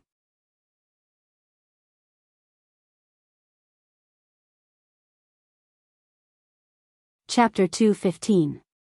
I forgot to mention something else. The first 20 who die will have the captains who recommended them follow them in death. Even Lionel was stunned by this sudden turn of events. He could see the disdain the knight held for all of them, but to order that 53 of them should be killed, wasn't that a bit too much? Even beyond that, he was even dragging the captains into this. At that moment, the training grounds turned completely silent. Not to mention the youths locked within the circle, even the captains that had selected them couldn't stop themselves from shaking. What were mere captains worth in the face of a true knight? Those captains who knew they had bended the rules in exchange for benefits all paled considerably. Even those who had followed the rules were trembling. So what if they followed the rules? In a battle royale, who was to say that someone deserving wouldn't die? In that case, wouldn't they be screwed? Maybe the only one who didn't have a great reaction was Lionel. He didn't notice when it was, but he had been in so many life and death situations to now that he was no longer affected by just this much. What are you all standing around for? The knight growled. If someone doesn't die within the next minute, all 57 of you can die. The words were like a spark that lit a raging fire. Lionel had only managed to raise an eyebrow at the words before he found several attacks coming toward him, one of which was actually coated in force. Lionel frowned. He didn't give us any weapons? No, some of them do have weapons, it's just that he couldn't be bothered to care whether or not everything was fair. The more Lionel thought about it, the more he disliked this knight. Testing them was fine, but why was it that this test was so despicable? The worst part was that those who were more likely to have bribed their captains were the most likely to have the best equipment on them. However, the fact one could attack Lionel with force definitely meant that he was worthy of his title of 4 or 5-star genius. Heckle paled when he saw so many attack Lionel right from the start. It was as though they all had a tacit agreement to get rid of the lesser-thans first. Heckle had followed the rules. He never once took a bribe. But, if Lionel were to die so early on, it wouldn't matter. He would have to follow him in death. Lionel sighed. He could faintly see Heckle's face drain of all color from his vantage point as a dagger and two fists came his way. He shifted backward, sinking into his boxing stance. He could sense every change within this 100-meter range. In fact, he could already see that within the next second or two, at least 3 talents would fall, all of them dressed just as simply as him. A flicker of rage sparked in Lionel's heart. What a cruel world. In that case, they shouldn't blame him for not showing any mercy. Lionel's left fist flattened out, whipping out in a downward slapping motion that cleanly hit the dagger-wielding hand.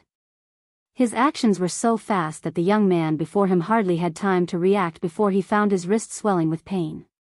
The dagger clanged to the ground as the young man called out in pain, but Lionel had already moved on from him, facing the 2 remaining punches. He rolled his shoulder, causing the fist to skim off his defenses. The strike alone should have carried nearly 1.00 in strength, but Lionel's runes flickered beneath his armor out of the sight of everyone else. Let alone causing damage to him, Lionel's attacker was lucky to only catch a piece of Lionel. Before the young man could even react to the bursting pain his fist felt, Lionel had already taken a step forward, his hips winding and his back foot pivoting against the ground hard as he sent a punch toward the final fist.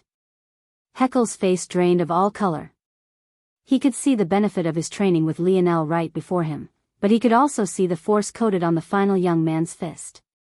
He knew how strong Lionel was, but his background was too lacking. He simply didn't know about these things. If he met this fist head-on, he was finished. Bang! However, completely out of Heckle's expectations, Lionel sent the young man flying. A mournful, muffled cry sounded through the training grounds. But, it was completely drowned out by the sounds of battle. Lionel frowned. Killing with my fists is too difficult.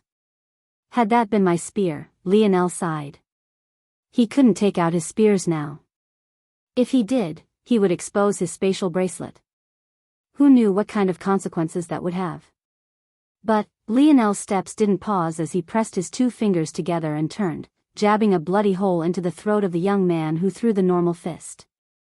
With another step, he entered the range of the young man with the dagger. The latter held onto his wrist, crying out in pain. But, Lionel didn't seem to care as he threw a punch toward his head. Call of the wind. Bang! The young man's head exploded into a cloud of blood. Let alone the crowd, this shocked even Lionel. He had only applied Call of the Wind to his fists because he found that his fingers were too vulnerable to continue using like a spear. Since he didn't want to expose his runes so easily to toughen them up, this was the better option. But, never had he expected the result to be so exaggerated. At that moment, a hushed silence fell over the battlefield. Blasting a person's head apart with a single punch. What kind of concept was that? The young man who had awakened force and attacked Lionel earlier trembled fiercely. He didn't even seem to register his broken arm as he tried to scramble backward. The further he got from Lionel, the better. Haha. You did it, Lionel. You awakened inner strength. Lionel smiled bitterly when he heard Heckle's words. At this moment, that wasn't necessarily a good thing. Several pairs of eyes landed on Lionel. They all knew what to do. Several youths had already stood out amongst the crowd, killing targets not long after Lionel had. If they didn't band together against these youths, they would die.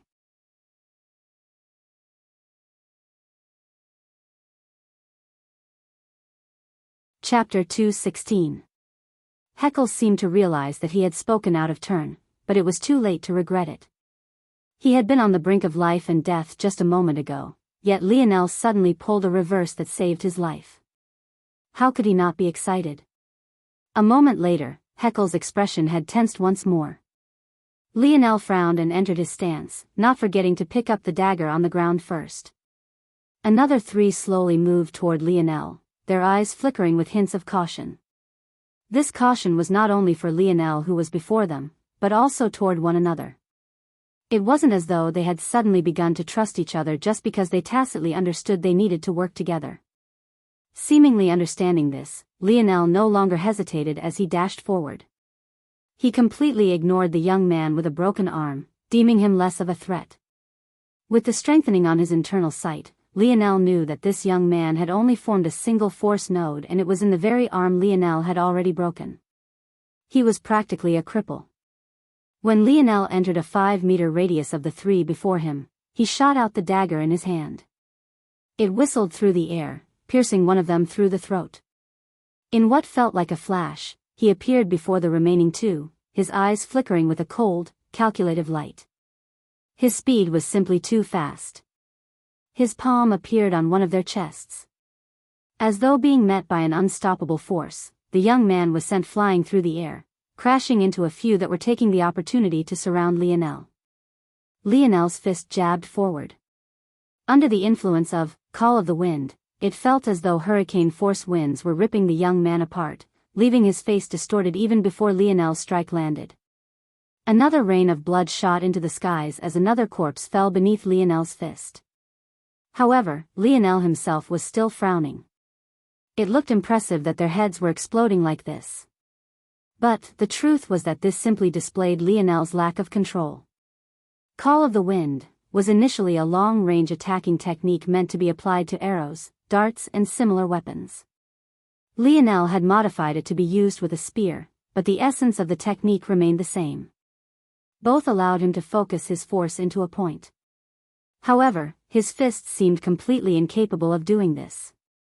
It made Lionel realize that maybe his mastery over this technique wasn't as great as he initially thought. If he could apply better control, he felt, Call of the Wind could be maybe even 10 times more powerful than it was now. As Lionel thought, his body flickered amidst the 4- and 5-star talents. His steps held the shadow of Heckle's skill within them, mixed in with a hint of the primitive spearwoman. There seemed to be a mysterious rhythm to his steps, as though he wasted not a single movement. It was as though he could plan several movements ahead, deftly escaping encirclements, advancing on a whim, retreating with a thought. Lionel came to realize in that moment that there was more to fighting than just launching the strongest attack.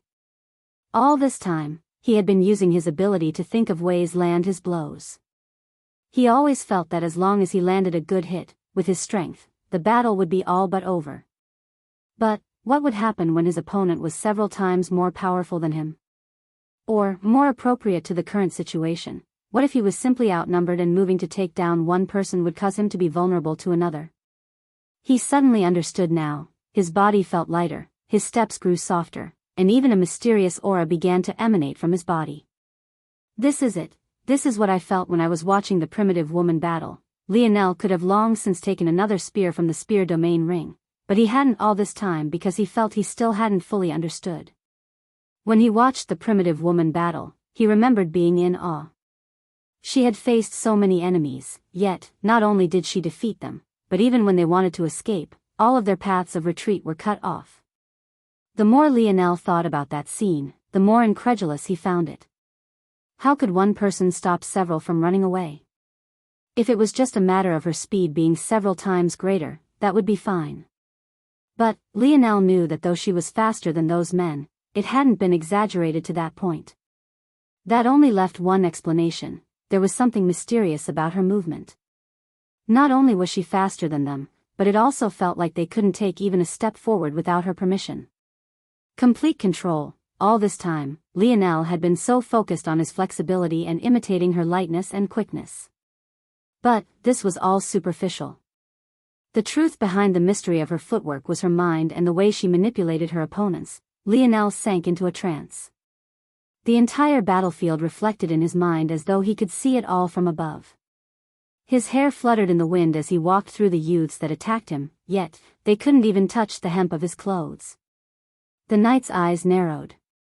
He had been observing the entire battlefield, and there really were 4 youths who had caught his attention before, which was why he set the requirement to just 4. But he had never expected a 5th to appear. And not only that, but, at that moment, the knight's narrowed gaze widened as a wave of shock overwhelmed him. General Starr. Stop. Stop! Stop!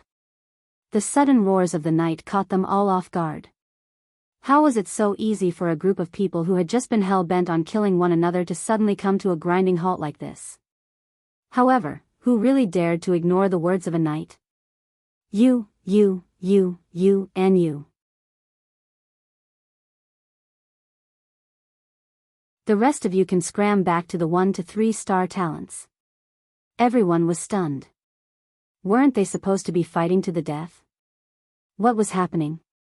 As for the young men who were called forward, they too were stunned. Including Lionel. He didn't think that the knight would suddenly grow soft-hearted, so what was happening exactly? Lionel and the other 4 youths looked at one another. Not a single one of them wasn't covered in blood, but it was obvious at a glance that none of it was their own.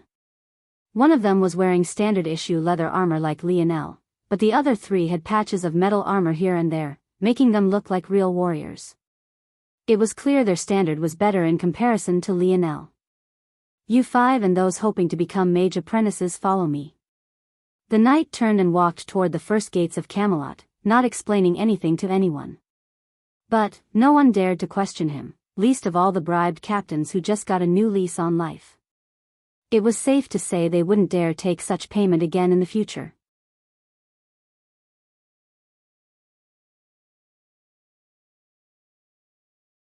Chapter 217.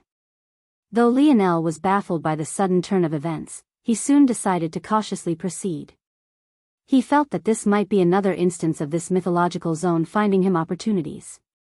He had no idea that things weren't this simple at all. That said, the current Lionel was fascinated by the Mage Academy the knight mentioned. The knight had originally split off the youths that would be attending this academy to one side, but before Lionel could observe them, he suddenly found himself in a battle royale to the death. So, for obvious reasons, he hadn't had the time or mind to pay to them at all. After questioning the dictionary, Lionel had learned a lot of things about mythological zones. But maybe the most important thing was that anything that could happen here was capable of happening in the real world. Due to this, mythological zones were highly sought after in high-level worlds. In fact, world wars, the likes of which could make Earth's own world wars look like child's play, were almost guaranteed every time one appeared. This may sound odd. There shouldn't be anything different about this zone in comparison to others. One also needed to remember that the so-called rewards of the zones weren't prepared by the zone itself, but rather higher-level worlds investing in the progress of Earth. It could be said that zones didn't have any rewards for clearing them at all aside from helping bring one's world closer to the next evolution tier. Things only began to change when gold zones were taken into account. One could only begin taking treasures out of zones at this level. In any lower-level zones, they would disappear. That said, mythological zones were a special case. It was still impossible to take treasures out of mythological zones unless they were gold in grade. Since this was still considered a black grade zone, Lionel was obviously out of luck in this regard. However, the crux of the value of a mythological zone was exactly in those earlier words. Everything that happened in a mythological zone could happen in the real world. On the surface, this seems like a useless detail. But, really think about it for a moment. What if a mythological zone had a completely new power system? What if they had a completely unique way of utilizing force or drawing force arts? Wouldn't that mean that whoever explored a mythological zone would gain access to this completely new system? The value of such a thing was unimaginable. For this reason, mythological zones were seen as treasures of the universe. Though it was impossible that they would always provide a completely new magic system, there was always the chance of such a thing. And even when this chance ended in failure, it was always possible to find unique views that could progress already established branches of power. What Lionel lacked the most now wasn't strength, but knowledge in how to apply it. He only had one technique, Call of the Wind. Aside from this, he was completely relying on his own instinct and the battle sense of his spear consciousnesses. He had initially been planning on using some of his rewards from this zone to solve this weakness before he left to terrain. But, if he could get the techniques he needed from this mythological zone instead, the benefits might be unimaginable. Of course, even with this set aside, Lionel was fascinated by the Mage Academy. If everything that happened here was really possible in the real world, what would happen if he joined the Mage Academy instead? If he had the chance, he would. But, unfortunately, for whatever reason, Heckle hadn't tested his aptitude to become a mage. Forget it, it's most important that I focus on completing the missions. Learning this mythological zone's unique power systems comes secondary. Lionel couldn't forget that he was on a timer. Every zone had a hidden timer hanging over the heads of those who entered it. He had found this out the hard way in the Joan of Arc zone. According to the dictionary, the timer for this world was set to around 10 years. That was the equivalent of 10 weeks to the outside world. He had to figure things out by then. That sounded like a lot of time, but Lionel knew that it wasn't. In that time, he needed to gain enough power and prestige in Camelot to actually affect change. In an already established kingdom like this one, let alone 10 years, even 30 might not be enough. But, displaying his talents just might be a great help to that. So, if he had the chance, he would display them more. Now that he was here, there was no need to keep holding back. Head began to slowly show what he had. Lionel was lost in his thoughts when a sudden voice awakened him. "Ellis, I've brought your brats. Hurry up and scram out here." Lionel looked up to find that they had already long since entered Camelot.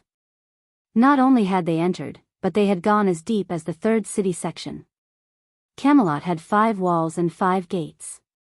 The most outer wall opened to a section known as the outer city, the second gate led to the upper outer city, and the third, where they were now, was known as the inner city.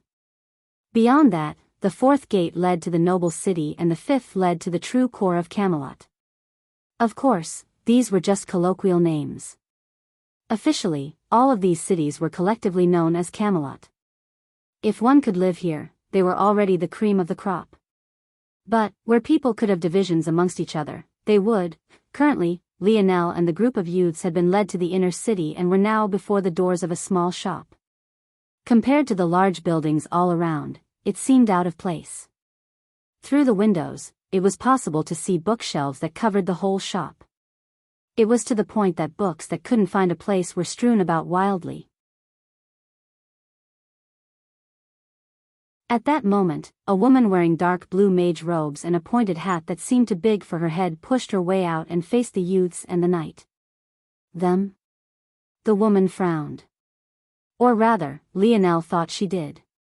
It was a bit hard to see her face through her drooping hat.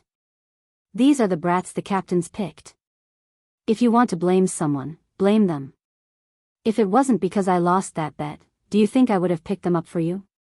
Ellis waved her hand that looked surprisingly fair. At this point, Lionel was expecting an old hag. If it wasn't for the barely noticeable curves in her voice, he wouldn't have been able to tell she was a woman at all. "All right, I've done my part. Now, you 5. Follow me." Lionel saw a barely perceptible flicker of excitement in the knight's eyes when he said these words, causing him to be confused. It seemed Ellis noticed this as well and looked up curiously. She was likely quite familiar with this knight and wanted to know what could excite him. But, Lionel would have never expected her eyes to land on him. Well, he thought it landed on him. Her body seemed to be pointed in his direction. It was simply too difficult to catch a glimpse of her face. Suddenly, her body trembled violently as though she could fall over at any moment. "Jaren. Are you trying to steal talents from me? Do you believe I won't blast you into ash right now?" The knight who had been ready to take them away looked toward Ellis with an incredulous expression. When he saw where Ellis was looking, he protected Lionel to his back. "Don't you dare, old witch. This is my future general."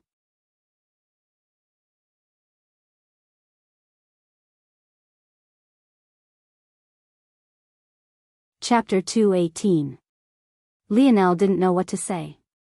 This was the inner city. Everyone here thought themselves to be refined people of the upper middle class. Seeing a knight and a mage get into a screaming contest in the middle of a busy cobblestone street was definitely not the norm for them. However, whereas they would scold and lambaste a commoner doing such a thing, none of them dared to offend a knight, and least of all a knight that didn't mind offending a mage. Mages were rarer and thus more valued. Any knight who didn't mind arguing with a mage was definitely one with relatively high standing even amongst knights. As a result, instead of seeing these two as uncultured, those nearby were rather curious to find out just what could cause two individuals of such standing to act in this way without care for their image.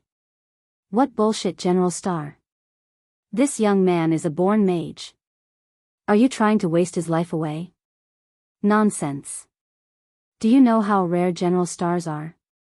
Our kingdom only has 31, and 13 of them are the Lords of the Round Table and His Majesty. I'll fight it out with you right here, old witch. Bah, who's an old witch? This lady here is still very young. Say one more word of nonsense and I won't hold back any longer. Ellis looked up toward the knight, Jaren, her hands on her hips. Like this, Lionel could finally catch a glimpse of her face, and he had to say that she truly was a young lady. A gorgeous young lady, at that. But, judging by the way Jaren kept calling her an old witch, he had a feeling there was more to this story. At this point, the youths who had walked here with Lionel couldn't help but cast weird and somewhat envious looks toward him. By now, it was obvious to them all that these two were fighting over him. Even the crowd who had been standing around couldn't help but cast a few more looks toward Lionel. General Star. They were all aware of how prestigious such a title was. And, even if they weren't, Jaren's words were more than enough to explain it to them. Old witch, are you really trying to fight me for a General Star? This matter will definitely be brought to His Majesty's attention within the week. Is this really the battle you want to fight? You understand nothing. Those bullshit captains know even less. They dare to give such a talent over to you blockheads? This young man could become a 3-star magus given enough guidance, and you're talking to me about a damn General Star? Jaren's expression flickered wildly. There were indeed 31 General Stars. However, a 3-star magus. There were only 7 of them in the entire kingdom. Their statuses were so high that only His Majesty himself could order those old fogies around. If things were like this, it was obvious which had the higher standing. But, Jaren was still unwilling to give up. General Stars weren't just born like talented mages were. General Stars usually awoke later in life after one had experienced many things. One as young as Lionel. If he ignored King Arthur, this would be a first in their history. However, Jaren was feeling incomparably aggrieved. How had the captains missed out on something like this? Wait. How had even he missed it? Seeing the confusion on Jaren's face, Ellis sneered. You fool. How could you muscleheads be worthy of seeing through his talent? His spirit pressure has already reached the standard of a 3-star magus. He just hasn't learned how to control it yet. Jaren grew ashen. Was such a thing really possible? Damn it. Old witch. I'll definitely fight it out with you today. Jaren unsheathed a broadsword to his side, not even pausing for a second as he slashed out toward Ellis. Damned muscle-brained bastards. You think I wasn't ready for you? An illusory aura surrounded Ellis. Though Lionel was unaffected, the youths around him trembled, some of them even directly fainting. Ellis swept a glance over them and harumphed. Trash. A wand appeared with a flick of Ellis' palm. She drew a line in the air, sending a strike out toward Jaren's sword without a care in the world. The result should have been obvious. A dainty woman holding something that looked like a tree branch. A big, hulking man swinging down a 2-handed blade with all his strength. Which one came out on top was obvious, right? Bang! The reality was completely out of expectations. Both Ellis and Jaren took one step back before they both moved once more. Jaren charged forward to gain a head of steam while Ellis retreated with light footsteps, her wand waving in the air with an elegant cadence as she mumbled beneath her breath. Lionel's eyes shone. He was certain that what she was doing was invisible to most people, and even maybe invisible to Jaren, but he could see 2 force arts quickly forming to her back. At the same time, she sent out simple force bullets to obstruct Jaren's path. All the while, she seemed calm and collected as though everything was in the palm of her fair hands. Jaren caught Lionel's attention as well. His force control was exceptional. Lionel could see that his whole blade was coated with force, yet it was so tightly controlled that it was hardly perceptible even with Lionel's senses. That wasn't all either. Jaren seemed capable of incorporating his force into his every step, his every movement. There was nothing wasted, and his actions carried a fluidity to them that could enrapture those with enough foresight. Though his actions seemed far less elegant than Ella's own, in Lionel's eyes, they both had the same amount of skill. Their battles seemed fierce, their strength surpassing even what Lionel could do by a small margin. Yet, not only was there no destruction of property, even the people around seemed completely unaffected. This was the true reason Lionel found them to be stronger than himself. This level of control, he most definitely didn't have it. Old witch. Muscle-brained rogue. Should I stop them? Or? Lionel was at a bit of a loss. Just when he was going to try and mediate, he suddenly felt two overwhelming auras converging onto this place. They were powerful to the point Lionel's blood ran cold. From the instincts he gained from the primitive man, he could tell that he would have to put his life on the line to fight these two.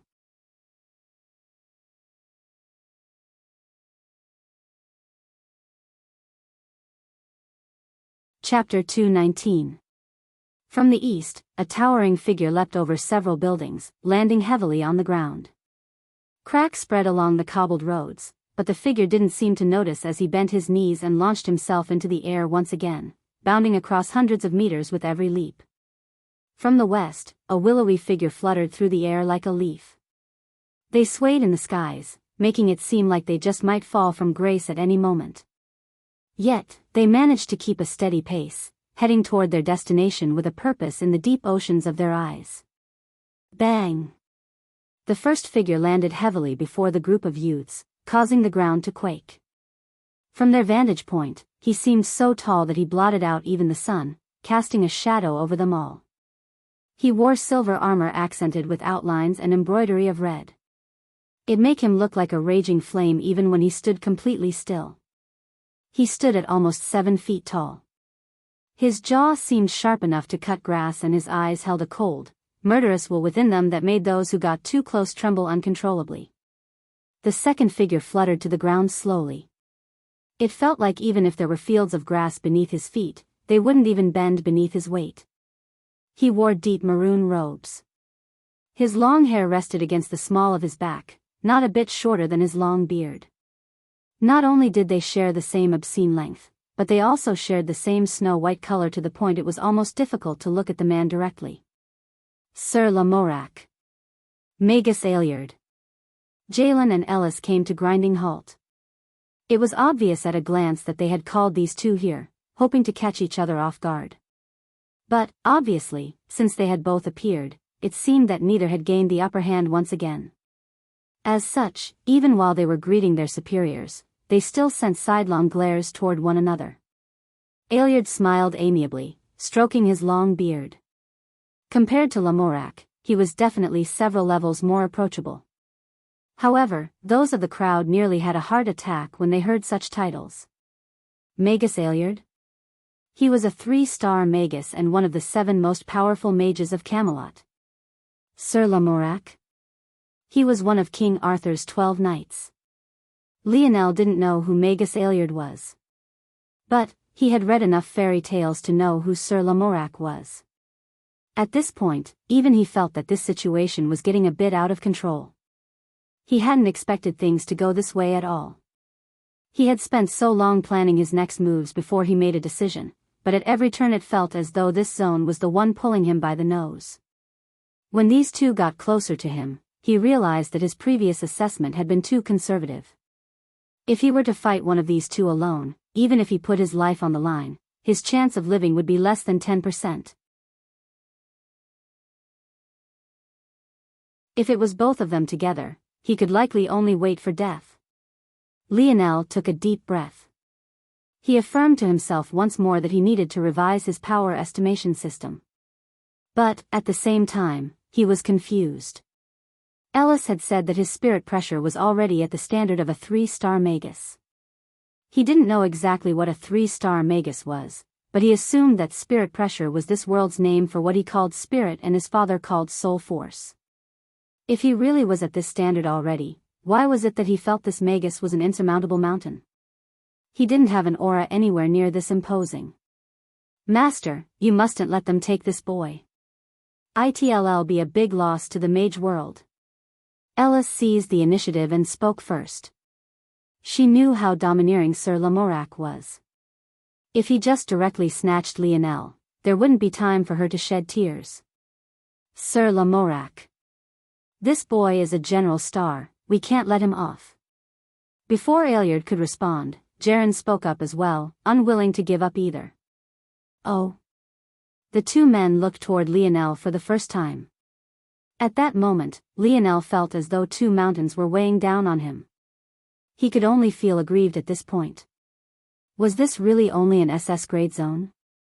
Then what the hell would he have to go through in an SSS grade zone? He had realized after fighting the Beast Kings that the divisions within the final 3 levels of a dimension had massive leaps between them. If not for this, he wouldn't have thought he was battling an SS grade threat when it was really just an elite S grade threat. But this still felt a bit too exaggerated. Ailiard's calm, caring eyes gave way to shock after a moment. As for Lamorak, sensing a general star wasn't as straightforward as sensing spirit pressure. But he was still stunned by the strength hidden within Lionel's body. Though others couldn't tell, as an experienced knight of the Round Table, Lamorak could tell that the strength within Lionel's body wasn't very far from his own. In fact, he could feel a slight scent of threat coming from Lionel at the same time. When had their kingdom gained such a talent? It was then the atmosphere completely changed. Jaren and Ellis had both thought that their respective masters would immediately begin contending over Lionel as well. What they could have never expected was for the temperature to suddenly drop by several degrees. Lionel's hair stood on end as he explosively retreated. He didn't even feel the slightest hint of safety even after he had placed 10 meters worth of distance between him and the 2 men. Neither Lamorak or Ailiard moved a single inch, but Lionel felt as though a guillotine was hanging over his neck, ready to fall at any moment. Who are you? Who sent you to my Camelot? Lamorak's words caused a coldness to well up in Lionel's heart.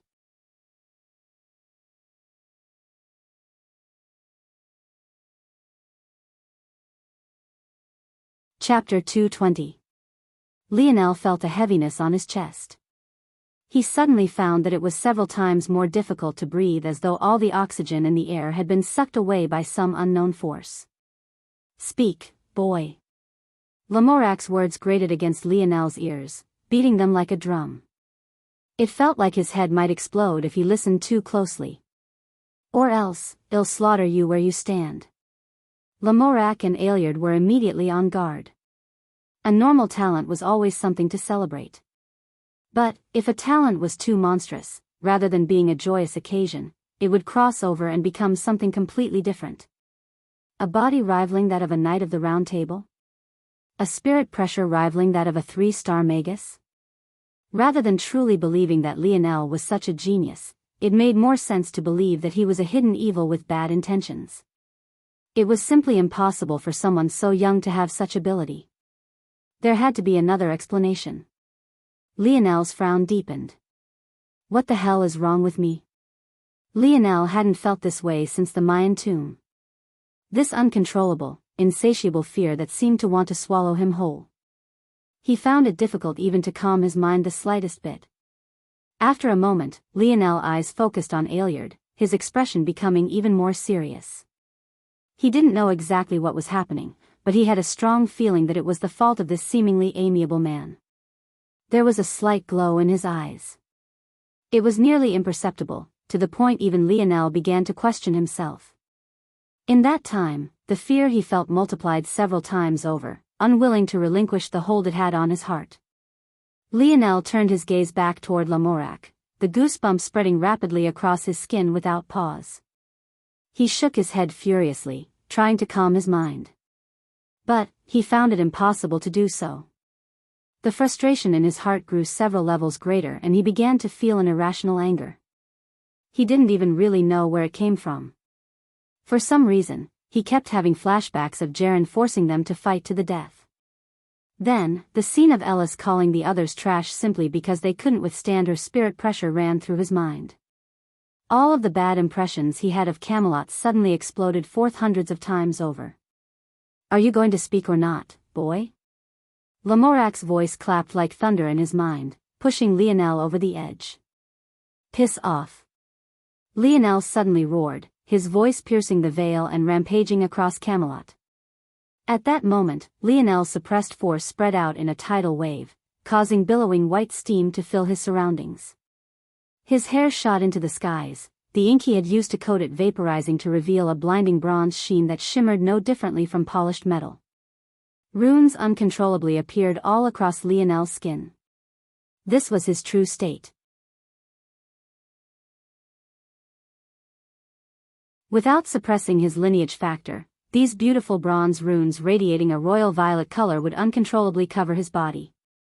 Beneath his weight, the cobbled roads cracked as he turned a pair of red eyes toward Lamorak. It was this annoying man who kept roaring at him, giving him such a splitting headache. It had truly infuriated him to the max. An oppressive aura erupted from Lionel's body, bearing down on Camelot like an emperor descending from the skies. The runes finally stopped spreading across Lionel's body. At that moment, he looked no different from a Roman god. His billowing hair, the bronze halo above his head, the crown drawn across his forehead. Even his eyes radiated a sharp light. Aeliard's expression changed. It wasn't just him, all those who had been around found it difficult to comprehend what was happening. At that moment, it felt as though a third heavy weight of Camelot had appeared, someone with no less strength than a 3-star magus or a knight of the Round Table. "Boy! Do you think Camelot is a place you can act as you please?" Before anyone could stop him, Lamorak had shot forward, a massive mace with a cylindrical head appearing in his hands. No, it wasn't a mace, it had no sharp points, it was a completely blunt weapon, carrying an impossibly heavy weight behind it. This only served to infuriate Lionel more. As though he had lost his mind, he took a step forward and sent out a punch. Those watching paled. A fist against a heavy weapon like that? Even if they weren't fighters, the ending to such a thing should have been obvious. Bang! And, as expected, Lionel was sent flying. His body shot out like a broken kite, crashing through the buildings of the inner city without regard. At this point, Jaren and Ellis could finally grasp what was happening and their faces slightly paled. If they had really allowed such a spy into Camelot, the consequences would have been disastrous. Ironically, they could only look toward one another with gratitude. If it wasn't for the other battling with them for Lionel, they wouldn't have been forced to call their masters here and this matter wouldn't have been exposed so soon. As for giving Lionel a chance, they believed they had seen all they needed to see. Though they didn't know what those runes on Lionel's body were, they knew that such a thing had never appeared in Camelot before and as such had a high likelihood of originating from an outside place. In this land, there were only two factions: Camelot and Modred's demon army. If Lionel wasn't from the former, he was obviously from the latter. Plus, on top of that, they had all seen how Lionel's hair color was hidden from them. What reason would he have to hide such a thing if not to cover up something? Luckily, this was over. They could only hope that their masters didn't blame them too much. After all, wasn't this still a merit? If not for them, who knew how far this spy would have risen up? Who knew that at that very moment, the very Lionel that should have already been dead would walk out from within a pile of wreckage, blood leaking from his lips? At that point, let alone the crowd, Lamorak was especially stunned. At the same time, he grew several levels more serious. This threat had to be eliminated. A mighty roar left the knight's lips, his force billowing around him. But, unlike Lionel's, which manifested like an uncontrolled geyser, his was compressed to the point of even carrying a faint red color. Die.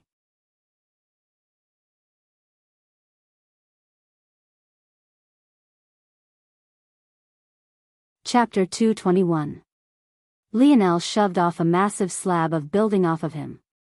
Finally, it seemed that his eyes showed a bit of clarity, likely due to the thumping pain in his arm currently. His right hand wasn't a mass of bloody flesh as one might expect, but it wasn't that far off either. His bones managed to survive the ordeal with a few fractures, but the skin on his knuckles was completely obliterated. It could be said that for a normal human, this arm could be considered useless for the foreseeable future. But Lionel was able to ignore it somewhat at his current stage. Unfortunately, he didn't have the luxury of dwelling on this for any decent period of time because Lamorak was already charging toward him, his lumbering figure causing the ground to shake. Lionel's expression turned cold. Someone was playing with his mind. He wasn't one to lose his temper easily. Something like flying into a rage like he just had wasn't something he would do under normal circumstances. By now, Lionel was certain that his actions were related to Aeliard. It seemed that the magic system of this mythological zone was even more troublesome to deal with than he had thought originally. But, now that he had recovered, he wouldn't allow his mind to be affected as easily again. Since you want to fight, let's fight. Lionel's palm flipped, causing his pointed spear to appear in his hand. He had already decided. His priority was running from this place, but he had to find an opportunity. It took time to sink into the earth and escape. Now that he thought about it, the best chance was while he was still beneath the pile of rubble, but his mind had still been clouded then. I'll use this battle to scale the strength of these knights and probe what other abilities their so-called 3-star magi have. Then, I'll get sent flying again and use that chance to escape through the earth. After Lionel came to this conclusion, he chose to hide some of his strength. Since his metal synergy lineage factor was exposed, there was no helping it. But, he could still keep his snowy star owl lineage factor a secret. Like this, he would still have some trump cards in the future. Lamorak's expression grew several levels more serious when he saw Lionel's spear appear. At the same time, he became even more certain that Lionel had something to hide. He too was able to take out his weapon from thin air, but this wasn't something a supposed commoner should be able to do. It was becoming more and more obvious that Lionel had something to hide. However, he was still feeling confident. He had seen through Lionel's strength after their first exchange.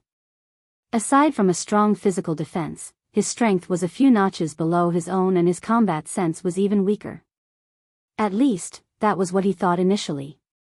After Lionel's eyes regained their calm, he took a forceful step forward that sent his battle intent soaring through the skies. It was to the point that even Lamorak himself was somewhat suppressed. Lionel's spear pierced forward thrice in quick succession, sending curving arcs of wind toward the hulking knight. Lamorak shattered them all with a forceful swing of his spikeless mace, but his steps were still paused, allowing Lionel to take another forceful step forward, sending out several more piercing strikes. Lionel knew that his spear would snap after just a single exchange with Lamorak's mace, so how could he allow such a thing to happen? He continuously cast Call of the Wind toward Lamorak's vitals, his cold calculating gaze seeing 2, 3, even 4 steps ahead. It was only at that moment that the crowd came to a shocking realization of what was happening. One of the 12 Knight of the Round Table was being suppressed. Only Lionel and Lamorak knew that this wasn't exactly the case.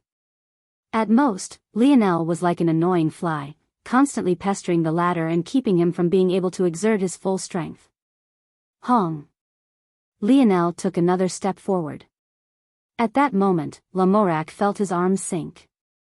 Due to the sudden change, he couldn't react in time and one of Lionel's piercing strikes found its way through the chinks in his armor, causing the hulking brute to finally bleed. The gravity field is only 1x, but it's enough for a sudden change of pace. Lionel's eyes narrowed. While Lamorak was unable to use his full strength, neither was Lionel. Not only was he holding back some trump cards, but he also had to continuously monitor Aeliard. However, he was so focused on protecting his life that he didn't even notice the utter silence that had fallen over the inner city. They couldn't believe their eyes. Still, despite the fact he had been injured, Lamorak didn't seem to care. In fact, he seemed completely unaffected. It seems I will have to use my true strength. I've underestimated you. Lamorak suddenly stopped defending completely. Or rather, he stopped moving entirely. Yet, even when Lionel sent out more, call of wind, strikes, trying to keep his distance, they completely shattered before even entering a 1-meter radius of the hulking knight. Lamorac's force began to flicker with a wild brilliance, condensing into a red, raging flame. Yet, Lionel could tell that this wasn't fire elemental force. It was something completely different. It didn't have any heat to it, nor did the temperature rise. His force took a tangible form, fluttering around his body and causing an oppressive pressure to flood over the battlefield. Bang! The stone beneath Lamorac's feet shattered as he shot forward. Lionel shot back, his brows slightly furrowed. But, no matter how many strikes he sent forward, he couldn't break through the barrier around Lamorac at all. At that moment, Lionel's steps gained an enigmatic rhythm to them. He seemed to lead himself into a corner, only to just barely slip out and flip the positions of both himself and Lamorac.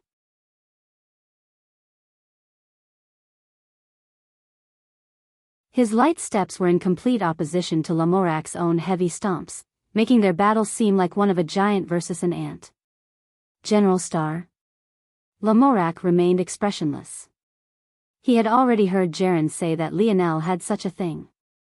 But didn't he as well?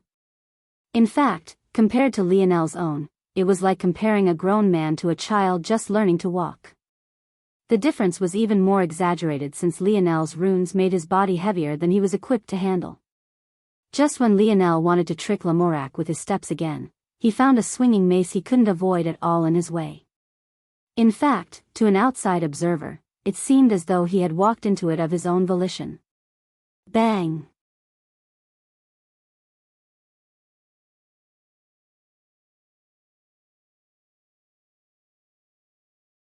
Chapter 222. Schedule will be changing. Updates will be at 10 p.m. Eastern Standard Time from now on. Lionel felt as though all the bones in his body were shattering. He had never been hit by a truck before, but he assumed that this was about as close as he could get to the real thing. His body curved grotesquely around Lamorac's spikeless, cylindrical mace, almost like a ball deforming around a baseball bat. Then, in the blink of an eye, he was sent flying. Or rather, he thought that was what would happen. But reality was cruel. In the single step Lamorac had taken to send a blow toward Lionel, the ground beneath his feet caved downward before jetting up a large broken piece. Before Lionel could fly very far to the side, he hit this broken piece first, causing his already bent body to crash the other way. In the end, as though it was all planned out beforehand, Lionel fell right before Lamorac, the glint in his eyes slowly growing dim. Lionel's world began to spin. He didn't have the presence of mind to maintain his ability any longer. It felt as though everything was fading. The pain was truly too much. His thoughts were in complete disarray. He only caught onto the faintest inkling of something that made him shocked to the point of speechlessness. Every step Lamorac had taken before had caused a crack on the ground. Then, during his last attack, his final step managed to kick up a large slab of stone that stopped Lionel from flying away. However, according to Lionel's calculations, that should have been impossible unless the previous steps drew the outline of the stone slab he eventually kicked up. If this was true, Lionel could only admit that he was entirely outclassed. His ability was perfectly suited for this kind of planned battle, yet he still lost so resoundingly. Weren't big brutes like Lamorac supposed to be simple-minded? Lionel felt his consciousness fading. The last time he felt this kind of pain, it was while he was opening his bloodline shackles. But, at least that had some sort of reward at the end. This was just unbridled, unconcealed, and unrestrained pain. Suddenly, the sound of whistling wind shook Lionel awake. He didn't need to look up to know that it was Lamorac's heavy mace swinging down toward him. As a man of the battlefield, Lamorac didn't feel the need to say anything after seizing victory. There was no room for trash talk or disdaining the enemy in such a situation. Those who did things like this usually didn't last very long. It could be said that this was the first time Lionel felt that death was so close. Not that there was just a threat of it, but in just a few more moments, he would experience what it felt like to have his life snatched from him. In the Mayan tomb, he almost died at the hands of the sacrificial virgin, but that was a choice he, himself had made. He had found it too difficult to take the life of an innocent teenage girl. Compared to this situation where the choice wasn't in his hands at all, it was completely different. This feeling, sucks. Lionel hadn't ever felt such a wave of helplessness before. I don't like it. Lionel tried to move, a strong will pulling his body together as he tumbled to one side, just barely avoiding Lamorac's fatal strike. However, the air pressure alone made him feel as though his body was collapsing. Shattered bits of dirt and stone were flung on his body, sending him sliding to the side. Lionel grasped out for his spear, only to realize it was nowhere to be found. It must have flown out of his hand during that last barrage. What a joke, he hadn't even felt it leave his grasp. Had he been a true spearman, he would likely rather die than relinquish his weapon so easily, but it seemed he hadn't reached such a stage yet. Lamorac raised an eyebrow. He had only missed because according to his own calculative abilities, Lionel should have been too injured to move at all. Something like this was outside his expectations. However, he wouldn't miss again. Bang! Lionel was hit squarely on the head. The ground he was trying to pull himself up from shattered and formed a small crater. Lamorac had thought that this would be enough, but his brows furrowed once more. He faintly noticed Lionel take out a weird, fish scale. That scale formed a shield that just as quickly collapsed under his might. It was likely this that had saved Lionel's life this time. Lamorac began to feel a slight discomfort in his chest. With his experience, he knew that if he let things go on like this, 1 or 2 coincidences might snowball into 3 or 4. Eventually, the situation would get out of hand and leave his scope of ability to handle. His aura surged, the billowing red force around him surging up to another level. This time, he wouldn't swing casually. He really would go all out. A roar billowed out. Despite the fact it came from his mouth, it felt as though it projected out from his chest. His torso swelled, concentric circles of concentrated wind jetting out from his lips. It was so deafening that it made it difficult to tell whether or not the roar came from a man or a beast. Bang! Lionel scrambled to activate 2 fish scales as the cylindrical mace descended once more. He still had many remaining since he hadn't ended up needing them for the Force Crystal Core. But, it somehow felt that no matter how many he brought out, it still wouldn't matter. Lamorac had an undeniable will. Even if he had to flatten a mountain or split the oceans, he would do it. An overwhelming strength came down from above. The 2 force skins Lionel formed barely held up for a split moment before shattering like broken glass. The mace crashed into his body, causing the small crater to expand a fold in size. The cracks along the cobblestone street spread out toward the various shops on the side, causing some of them to collapse on their foundations.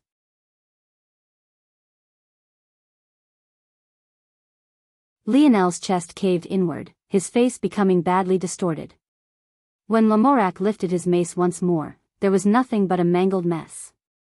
With how much blood there was, it was difficult to even differentiate the features of a normal human body. You're tuning in to the Carefree Valley YouTube channel. Don't forget to subscribe and join us on this journey to catch the most captivating stories.